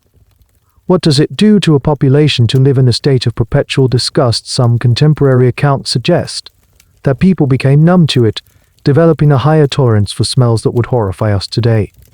Others suggest it created a permanent state of anxiety and a deep-seated association between the city and sickness. It likely fueled a yearning for the clean air of the countryside, creating a powerful cultural nostalgia for a rural ideal that was, for most people, an impossible dream. You try your best, even though it turns your room into a stifling hotbox. You hold your breath when you pass certain streets. You learn to recognize the subtle shifts in the ever-present stench, the river smell, the cesspit smell, the smell of the nearby slaughterhouse, like a connoisseur of filth. You become acutely aware of the direction of the wind. A breeze from the east, blowing up the river, is a cause for dread. The summer of the Great Stink is a shared trauma for the city. It's a great equalizer in one sense. Everyone from the poorest pauper to the Queen in Buckingham Palace had to smell it. But the experience was not the same. The rich could retreat to their country estates. You are trapped. You have to live and breathe it, every minute of every day. The Fuquelin's sometimes comical attempts to mask the smell are a poignant reminder of your powerlessness. You can't fix the river. You can't rebuild the city. All you can do is burn a little lavender, hold a rag to your face, and pray for rain and a cool wind. The political will, forged in the heat and stench of 1858, now has a name and a face attached to it. That face belongs to Joseph Bozzalettage, the chief engineer of the Metropolitan Board of Works. He is a man of immense talent, unshakable determination, and a magnificent mustache. He is the man tasked with solving an unsolvable problem: how to clean up the biggest and filthiest city in the world. His plan is not a minor tweak or a temporary fix. It is one of the most ambitious and visionary civil engineering projects of the 19th century. The core concept of Bozzalettige's plan is simple and brilliant. If the problem is that sewage is flowing directly into the river in the middle of the city, then the solution is to stop it. He designed a new parallel river system to be built underground. This is the crucial historical point. The creation of the London sewer system was not just about laying new pipes, it was a fundamental re-engineering of the city's relationship with its own waste and its own river. His plan called for the construction of a series of massive interceptor sewers running from west to east, parallel to the Thames. There would be 3 on the north side of the river and 2 on the south, each at a different level. These huge, underground brick tunnels would intercept the flow from the existing, chaotic network of local sewers before it could reach the river, instead of dumping their contents into the Thames at dozens of points across the city. The old sewers would now feed into these new, massive arteries. The genius of the system lay in gravity. Bozzalettige meticulously calculated the gradients of the new sewers. They were designed to have a gentle, continuous downward slope, a fall of just 2 feet per mile, which was enough to ensure a steady, self-cleaning flow of sewage, but not so fast that it would cause erosion. The sewage would flow eastward, carried by gravity, moving further and further away from the city centre. But what about the parts of London that were too low-lying for gravity to work, areas at or even below the high tide level? This is where Bozzalettige's plan incorporated the powerhouse of the Industrial Revolution: steam. He designed enormous cathedral-like pumping stations at key points, such as Abbey Mills in the east and another at Chelsea. These pumping stations housed some of the largest and most powerful steam engines in the world. Their job was to lift the sewage from the low-level interceptors up into the high-level ones, so it could continue its eastward journey. This leads to a little-known but fascinating detail of the design: the egg shape. Bozzalettige didn't design his sewer tunnels to be circular. He made them egg-shaped with the narrower end at the bottom. This was a stroke of genius. The shape meant that even a small trickle of water would create a relatively deep and fast-flowing channel at the bottom, which was powerful enough to wash away sediment and prevent blockages. When heavy rains caused a much larger volume of water, the wider upper part of the tunnel could handle the increased capacity. It was a design that was both self-cleaning and adaptable to fluctuating flows. The final destination for all this intercepted sewage was far to the east of London, well downstream of the city. At Beckton on the north bank and Crossness on the south, the sewage would be held in huge reservoirs. It would then be released on the ebb tide, to be carried far out into the North Sea, away from the city's water intake. Historians are still in awe of the sheer scale and foresight of Bossuet's plan. He wasn't just solving the problem for the London of his day. He famously looked at the population growth charts and said, "Well, we are only going to do this once and there's always the unforeseen." He then calculated the pipe diameter needed for the densest population imaginable and doubled it just to be safe. It is this incredible foresight that allowed his Victorian sewer system to continue serving London for over 150 years, long after the population had exceeded his most generous projections. You, living in your tenement, would hear whispers of this grand plan. You might see the drawings in an illustrated newspaper. It would seem like science fiction. A hidden, underground river of filth carried away by giant engines. It sounds too grand, too complex to be real. After so many years of neglect and failed promises, there is a deep-seated cynicism. But this time, it feels different. The money has been allocated. The plans have been approved. Is not a man who makes idle promises. The ground beneath your feet is about to be transformed. The revolution will not be televised, it will be buried. The grand plan is one thing, the reality of its construction is another. Soon the city is turned into a massive construction site. This isn't a quiet, tidy project. It's a loud, dirty and disruptive revolution happening right under your feet. The construction of Bossuet's sewer system was a decade-long saga of excavation, bricklaying, and steam-powered engineering on an unprecedented scale. You would see the signs of it everywhere. Entire streets are closed off. Huge trenches, some as deep as 40 feet, are carved through the heart of the city.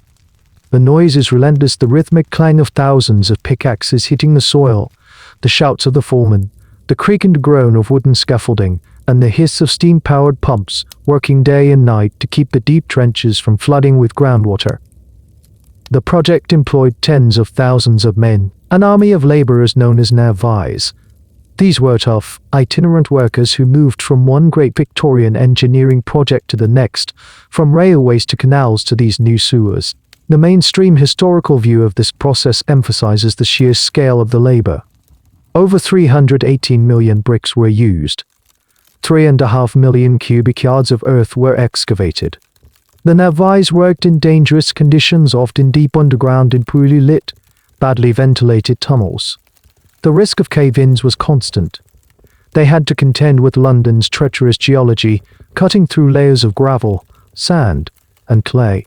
And sometimes they cut through more than just soil. This brings us to a little-known and rather ghoulish aspect of the excavation.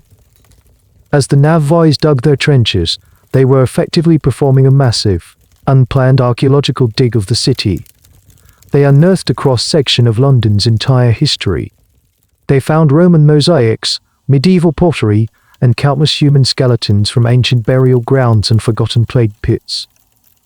The work would often have to halt as basket of human bones was carted away for reburial. It was a stark, physical reminder that they were not just digging through dirt, but through layers of human history and tragedy. One of the most ingenious parts of the project, and a marvel of engineering, was the construction of the sewers that ran along the riverbank. Bossuet combined the sewer project with the creation of the Thames embankments, the Victoria, Chelsea, and Albert embankments. Instead of digging a trench through the complex tangle of riverside streets and wharves, he built a new river wall out in the Thames itself.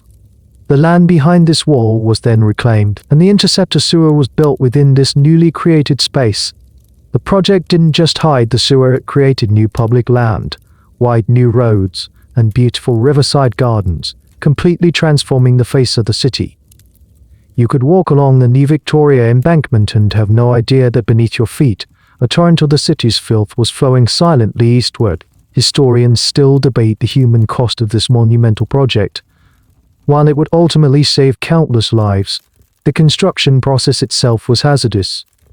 The official records of deaths and injuries were poorly kept, but the anecdotal evidence suggests that the toll was high. The navvies were paid relatively well, but their work was brutal, and their lives were often short, and their lives were often short, and they lived in temporary, overcrowded camps, and their hard-drinking, hard-living reputation made them a source of anxiety for the respectable Victorian public. From your perspective in the tenement, the construction is a mixed blessing. It's a source of incredible noise and disruption. The closed streets and mountains of excavated dirt make getting around even more difficult. But it's also a source of work. Many men from your neighborhood might find employment as laborers on the project, a chance to earn a steady wage, however dangerous the work. And for the first time in a long time, it's a sign of tangible progress. It's not just a plan on paper anymore. You can see the trenches, you can see the stacks of bricks, you can see the steam cranes lifting tons of earth. It's a visible, noisy, messy promise that change is actually coming. You watch as a team of bricklayers, working by lantern light deep in a trench, skillfully lay the curved bricks that form an egg-shaped tunnel. They are building a hidden world, a secret river that will soon carry away the filth that has plagued your life. It's a slow, brick-by-brick revolution happening in the dark, a subterranean miracle that will redefine the city above it. Years pass. The noise of the construction slowly fades from one neighborhood and moves to the next as sections of the great sewer system are completed and buried. By the mid-1860s, large portions of Boslettige's net were dramatic, but gradual and almost imperceptible at first. One day you notice that the smell from the street drain outside your tenement isn't quite as pungent. The air in the courtyard seems a little fresher. The river begins a slow, miraculous recovery. The primary historical impact of the new sewer system was the dramatic and permanent decline in waterborne diseases, especially cholera. The interceptor sewers had achieved their main goal. They had severed the deadly link between the city's sewage and its drinking water supply. The waste was now being diverted away from the inner city river, and the water drawn by the water companies, while still imperfectly filtered, was significantly cleaner than it had been for generations. The last major cholera outbreak in London occurred in 1866. It was a tragic but informative final chapter in the city's war with the disease. The outbreak was almost entirely confined to a specific area in the East End. Investigators, including a now famous drive, John Snow, were able to trace the source of this outbreak with pinpoint precision. They discovered that the affected neighborhood was the only part of London whose water was supplied by a company that had failed to move its intake pipe upstream, as required by law. Furthermore, this area was not yet fully connected to Boslettige's new sewer system. It was a perfect, tragic natural experiment. The parts of London with the new sewers and cleaner water remained safe, while the one area still reliant on the old, contaminated system suffered one last, devastating epidemic. This provided the final, irrefutable proof clean water and effective sanitation were the answer. The miasma theory was dealt a fatal blow. This brings us to a little-known consequence of the cleaner Thames, the return of life. For decades, the river had been biologically dead, but within a few years of the new sewers being operational, signs of recovery began to appear. Naturalists and fishermen started reporting seeing fish in stretches of the river that had been lifeless for a generation. In 1874, a salmon of fish famously intolerant of pollution was caught at Westminster, a hugely symbolic event that was celebrated in the press. The city's great artery was slowly beginning to breathe again. From your perspective, the most profound change is the absence of fear. The word cholera, which once brought a cold, not of terror, begins to lose its power. The summers still come, but they no longer bring the same dread of a cholera season. Your children are still at risk from many other diseases of poverty, tuberculosis, measles, scarlet fever, but the swift, indiscriminate terror of the Blue Death has been banished. You can take a drink of water from the pump without the subconscious fear that it might be a death sentence. Historians are still analyzing the broad social impact of this newfound sanitary security. It was more than just a drop in the death rate. It was a fundamental shift in the relationship between the city and its inhabitants. The city was no longer perceived as an inherently poisonous entity. This newfound confidence in public infrastructure paved the way for other massive municipal projects, public baths, libraries, parks, and housing reforms. The success of the sewer system demonstrated that the problems of the industrial city, which had once seemed so overwhelming and divinely ordained, could be solved through human ingenuity, scientific understanding, and collective investment. Of course, the system wasn't perfect. Your tenement is still overcrowded. Your diet is still poor, but the single greatest environmental threat to your existence has been neutralized. The change is most visible in the children. The infant mortality rate, while still tragically high by modern standards, begins a slow but steady decline. Fewer children are lost to the summer diarrhea that was so often a symptom of waterborne disease. You stand by the Thames one evening. The sun is setting, and the water, while still far from pristine, no longer carries the thick, greasy sheen of sewage. It reflects the colors of the sky. You see a small fishing boat, its net cast in hope. It's a sight you would not have seen a decade ago. It's a quiet, profound victory. The long, dirty war against filth has been won, not by a general on a battlefield, but by an engineer with a blueprint and an army of knaves working in the dark. You are breathing cleaner air, drinking safer water, and the city, for the first time, feels less like a trap and more like a place where you might actually have a future. With the great existential threat of contaminated water slowly receding into memory, a new, more personal front opens up in the war against filth, the battle for individual cleanliness. The focus begins to shift from the vast, impersonal world of public works to the intimate space of the human body. A gospel of soap starts to be preached, and you begin to see its message everywhere. The key historical development here is the rise of mass advertising and its powerful alliance with the burgeoning soap industry. Companies with names that are still famous today like Pears, Soap and Leather Brothers, the makers of Lifebuoy and Sunlight Soap, began to market their products with unprecedented sophistication and aggression. They cased large, eye-catching advertisements in the popular new illustrated magazines and newspapers that were now affordable, even for working-class family. These ads didn't just sell soap, they sold an ideology.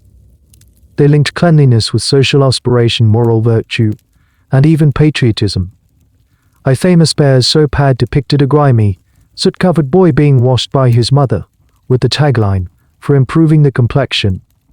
The subtext was clear soap could wash away not just the dirt of the city, but the very stain of poverty itself. It offered a form of purification that was both literal and metaphorical.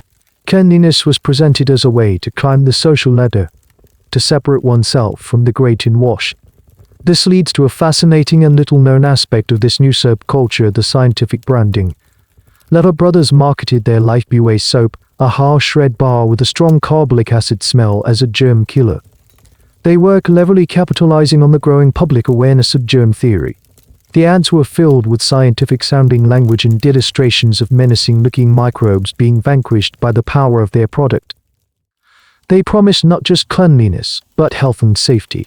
Using Lifebuoy was presented as a modern, scientific duty for any responsible mother wanting to protect her family from disease. This was a brilliant marketing pivot, shifting the conversation from the old miasmatic fear of smells to the new, microscopic fear of germs. You see these changes filtering down into your own world. The local shop, which once sold only crumbly, anonymous blocks of harsh soap, now stocks these new, brightly packaged, branded products.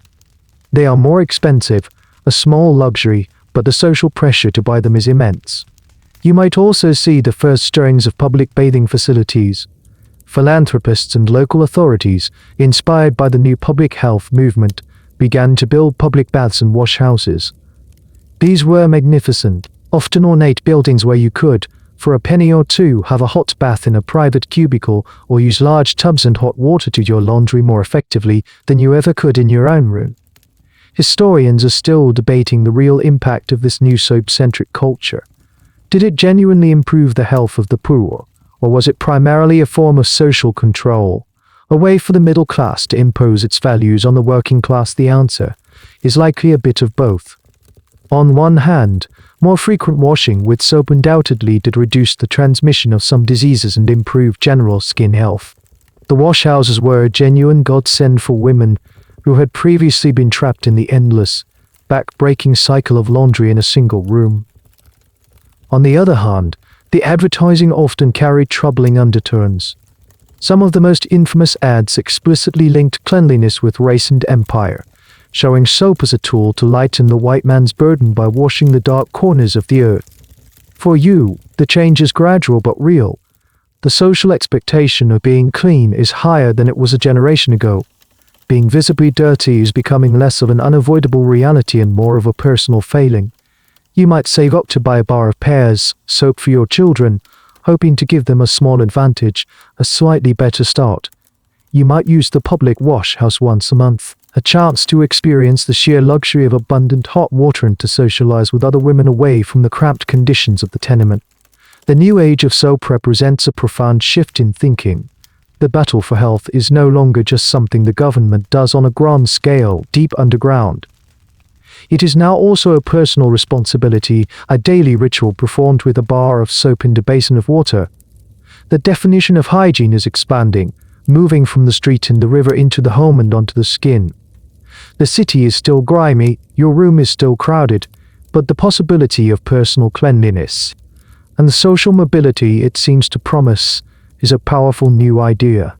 You walk through the streets of London now, and something is different. It's not something you see, but something you don't smell. The Great Stink of 1858 is now the stuff of legend, a story to tell the younger generation who cannot possibly comprehend what it was like. The overwhelming, ever-present stench of raw sewage has lifted from the city like a foul fog. The air, while still smoky from the million coal fires, is breathable in a way it hasn't been in your lifetime. The defining scents of your youth are beginning to fade. This is the sensory legacy of Bosseletage's sewers and the new sanitation paradigm. The most powerful smell of old London, the smell of the river as an open sewer, is gone. You can stand on the Victoria Embankment, a place that would have been an unbearable, stinking mudflat just a couple of decades ago, and breathe without gagging. The faint, sickly sweet smell of decay no longer seeps from the ground and the drains. The smells of the street have changed too. The mountains of horse manure are still a feature of city life. The age of the automobile has not yet arrived, but the management of street filth is becoming more systematic. Regular street sweeping and washing are now a more common and effective municipal service. The piles of rotting household garbage are collected with more frequency. The worst of the industrial pollution from tanneries and slaughterhouses is being slowly, grudgingly, brought under control by new regulations. The symphony of the street is still playing, but some of its most pungent instruments have been silenced. This leads to a little-known but significant sensory shift: the decline of the pure finder. As new industrial processes were developed in the leather industry, the reliance on dog feces, the pure, for tanning began to decline. This, combined with cleaner streets, meant that the strange little trade of collecting dog droppings slowly faded into obscurity. It's a small detail, but it's indicative of a larger change. The microeconomies that had sprung up around the city's waste products were disappearing as the waste itself was being managed and removed more efficiently. Even the smell inside your tenement building has changed. The landlord, under pressure from new housing regulations and sanitary inspectors, may have finally been forced to properly connect the building's drains to the new sewer main. The old overflowing cesspit in the courtyard has been filled in, concreted over, and replaced with a water closet. Perhaps just one localized stench from the heart of the building is gone. The air in the hallway is no longer thick with the smell of the pit. Historians debate when, exactly, modern olfactory consciousness was born. When did people start to expect a city not to stink? This period, the late 19th century, is arguably the crucible. The generation growing up now will have a completely different set of sensory expectations. The smell of sewage will become an anomaly, a sign of a problem, not the baseline reality. This shift in what is considered a normal smell is a profound cultural transformation. Of course, not all the old smells are gone. The city is still dominated by the smell of coal smoke. The pea super fogs, thick with sulfurous chemicals, will continue to plague London well into the 20th century. The smell of unwashed bodies still lingers in crowded rooms and on public transport, as daily bathing is still a luxury for most. And new smells are being added to the urban mix: the smell of rubber tires, the faint whiff of petrol from the first few sputtering motor cars, the scent of new chemical dyes from the textile factories. The city's scentscape is not becoming neutral, but it is being rewritten. You find yourself noticing the smells that were always there but were previously masked by the overpowering stench of filth. The smell of rain on hot pavement, the aroma of bread from a bakery, the scent of fresh flowers being sold on a street corner.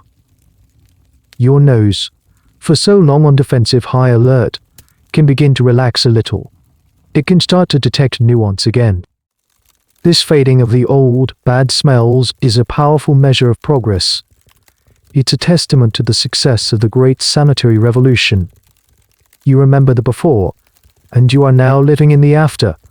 You can tell your children and grandchildren about the time when the river was a monster, when the air itself was a source of fear. And they will look at you with a mixture of disbelief and fascination, unable to truly imagine the sensory world you grew up in. The fading scent is the smell of a victory, a hard-won peace in the long war against filth. You stand on one of the new bridges, perhaps looking out over the Thames. The water flows with a purpose it lacked for so many years. The city behind you is still a noisy, crowded, and smoky place, but it is fundamentally different from the city you first arrived in. It is a city that has confronted its own filth and, against all odds, has begun to clean itself up. This dirty, decades-long struggle has left an indelible legacy, not just on the physical landscape of London, but on the very idea of public health itself, an idea that is no longer a contradiction in terms. Looking back, you can trace the arc of the transformation. It began in the squalor of a single, overcrowded room with the daily, grim reality of the overflowing cesspit and the contaminated water pump. You remember the fear of cholera, the helplessness of living under the shadow of the miasma theory, and the sheer, physical misery of a city choking on its own waste. The primary historical legacy of this era is the birth of modern urban public health. This is the key takeaway. Faced with a crisis that threatened its very existence, the Victorian city was forced to invent a new model for how to manage itself.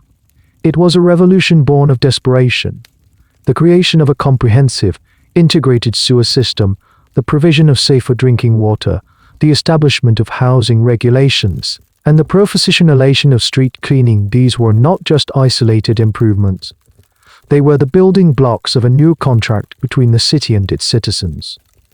The state, for the first time, accepted a fundamental responsibility for the environmental health of its population. This journey from filth to relative cleanliness was also a scientific one. You have lived through the death of one scientific paradigm, the miasma theory, and the birth of another, the germ theory. You saw how John Snow's meticulous mapping and data collection began to chip away at the old beliefs. You saw how the gospel of soap and the rise of disinfectants reflected a new, microscopic understanding of disease. This scientific revolution was just as important as the engineering one. Without the knowledge of what was causing the sickness, the new sewers and water pipes would have been a shot in the dark. This brings us to a final, slightly strange, and little-known legacy of this era: toilet tourism.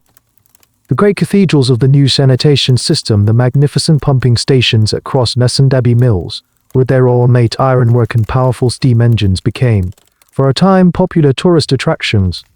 People would marvel at these cathedrals of sewage, taking pride in the immense power and ingenuity that had been deployed to clean their city. But it shows how central this achievement was to the Victorian sense of identity and progress. They were proud of their sewers. Historians are still debating the motivations behind this great cleanup.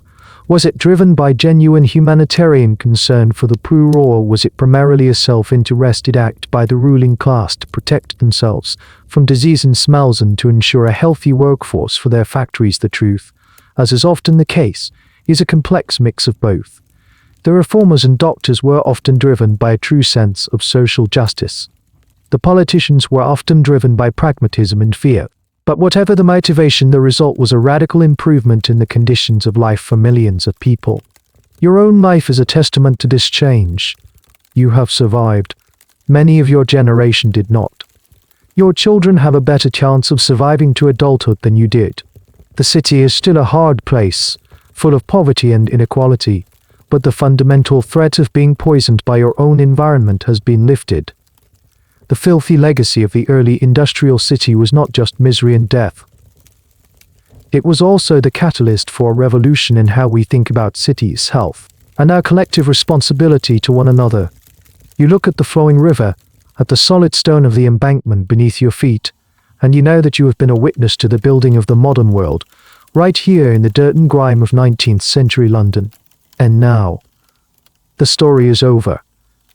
The sounds of the Victorian city begin to fade, the clatter of the iron wheels on cobblestone, the distant clang of the factory, the murmur of the crowds. They all dissolve into a gentle, quiet hum.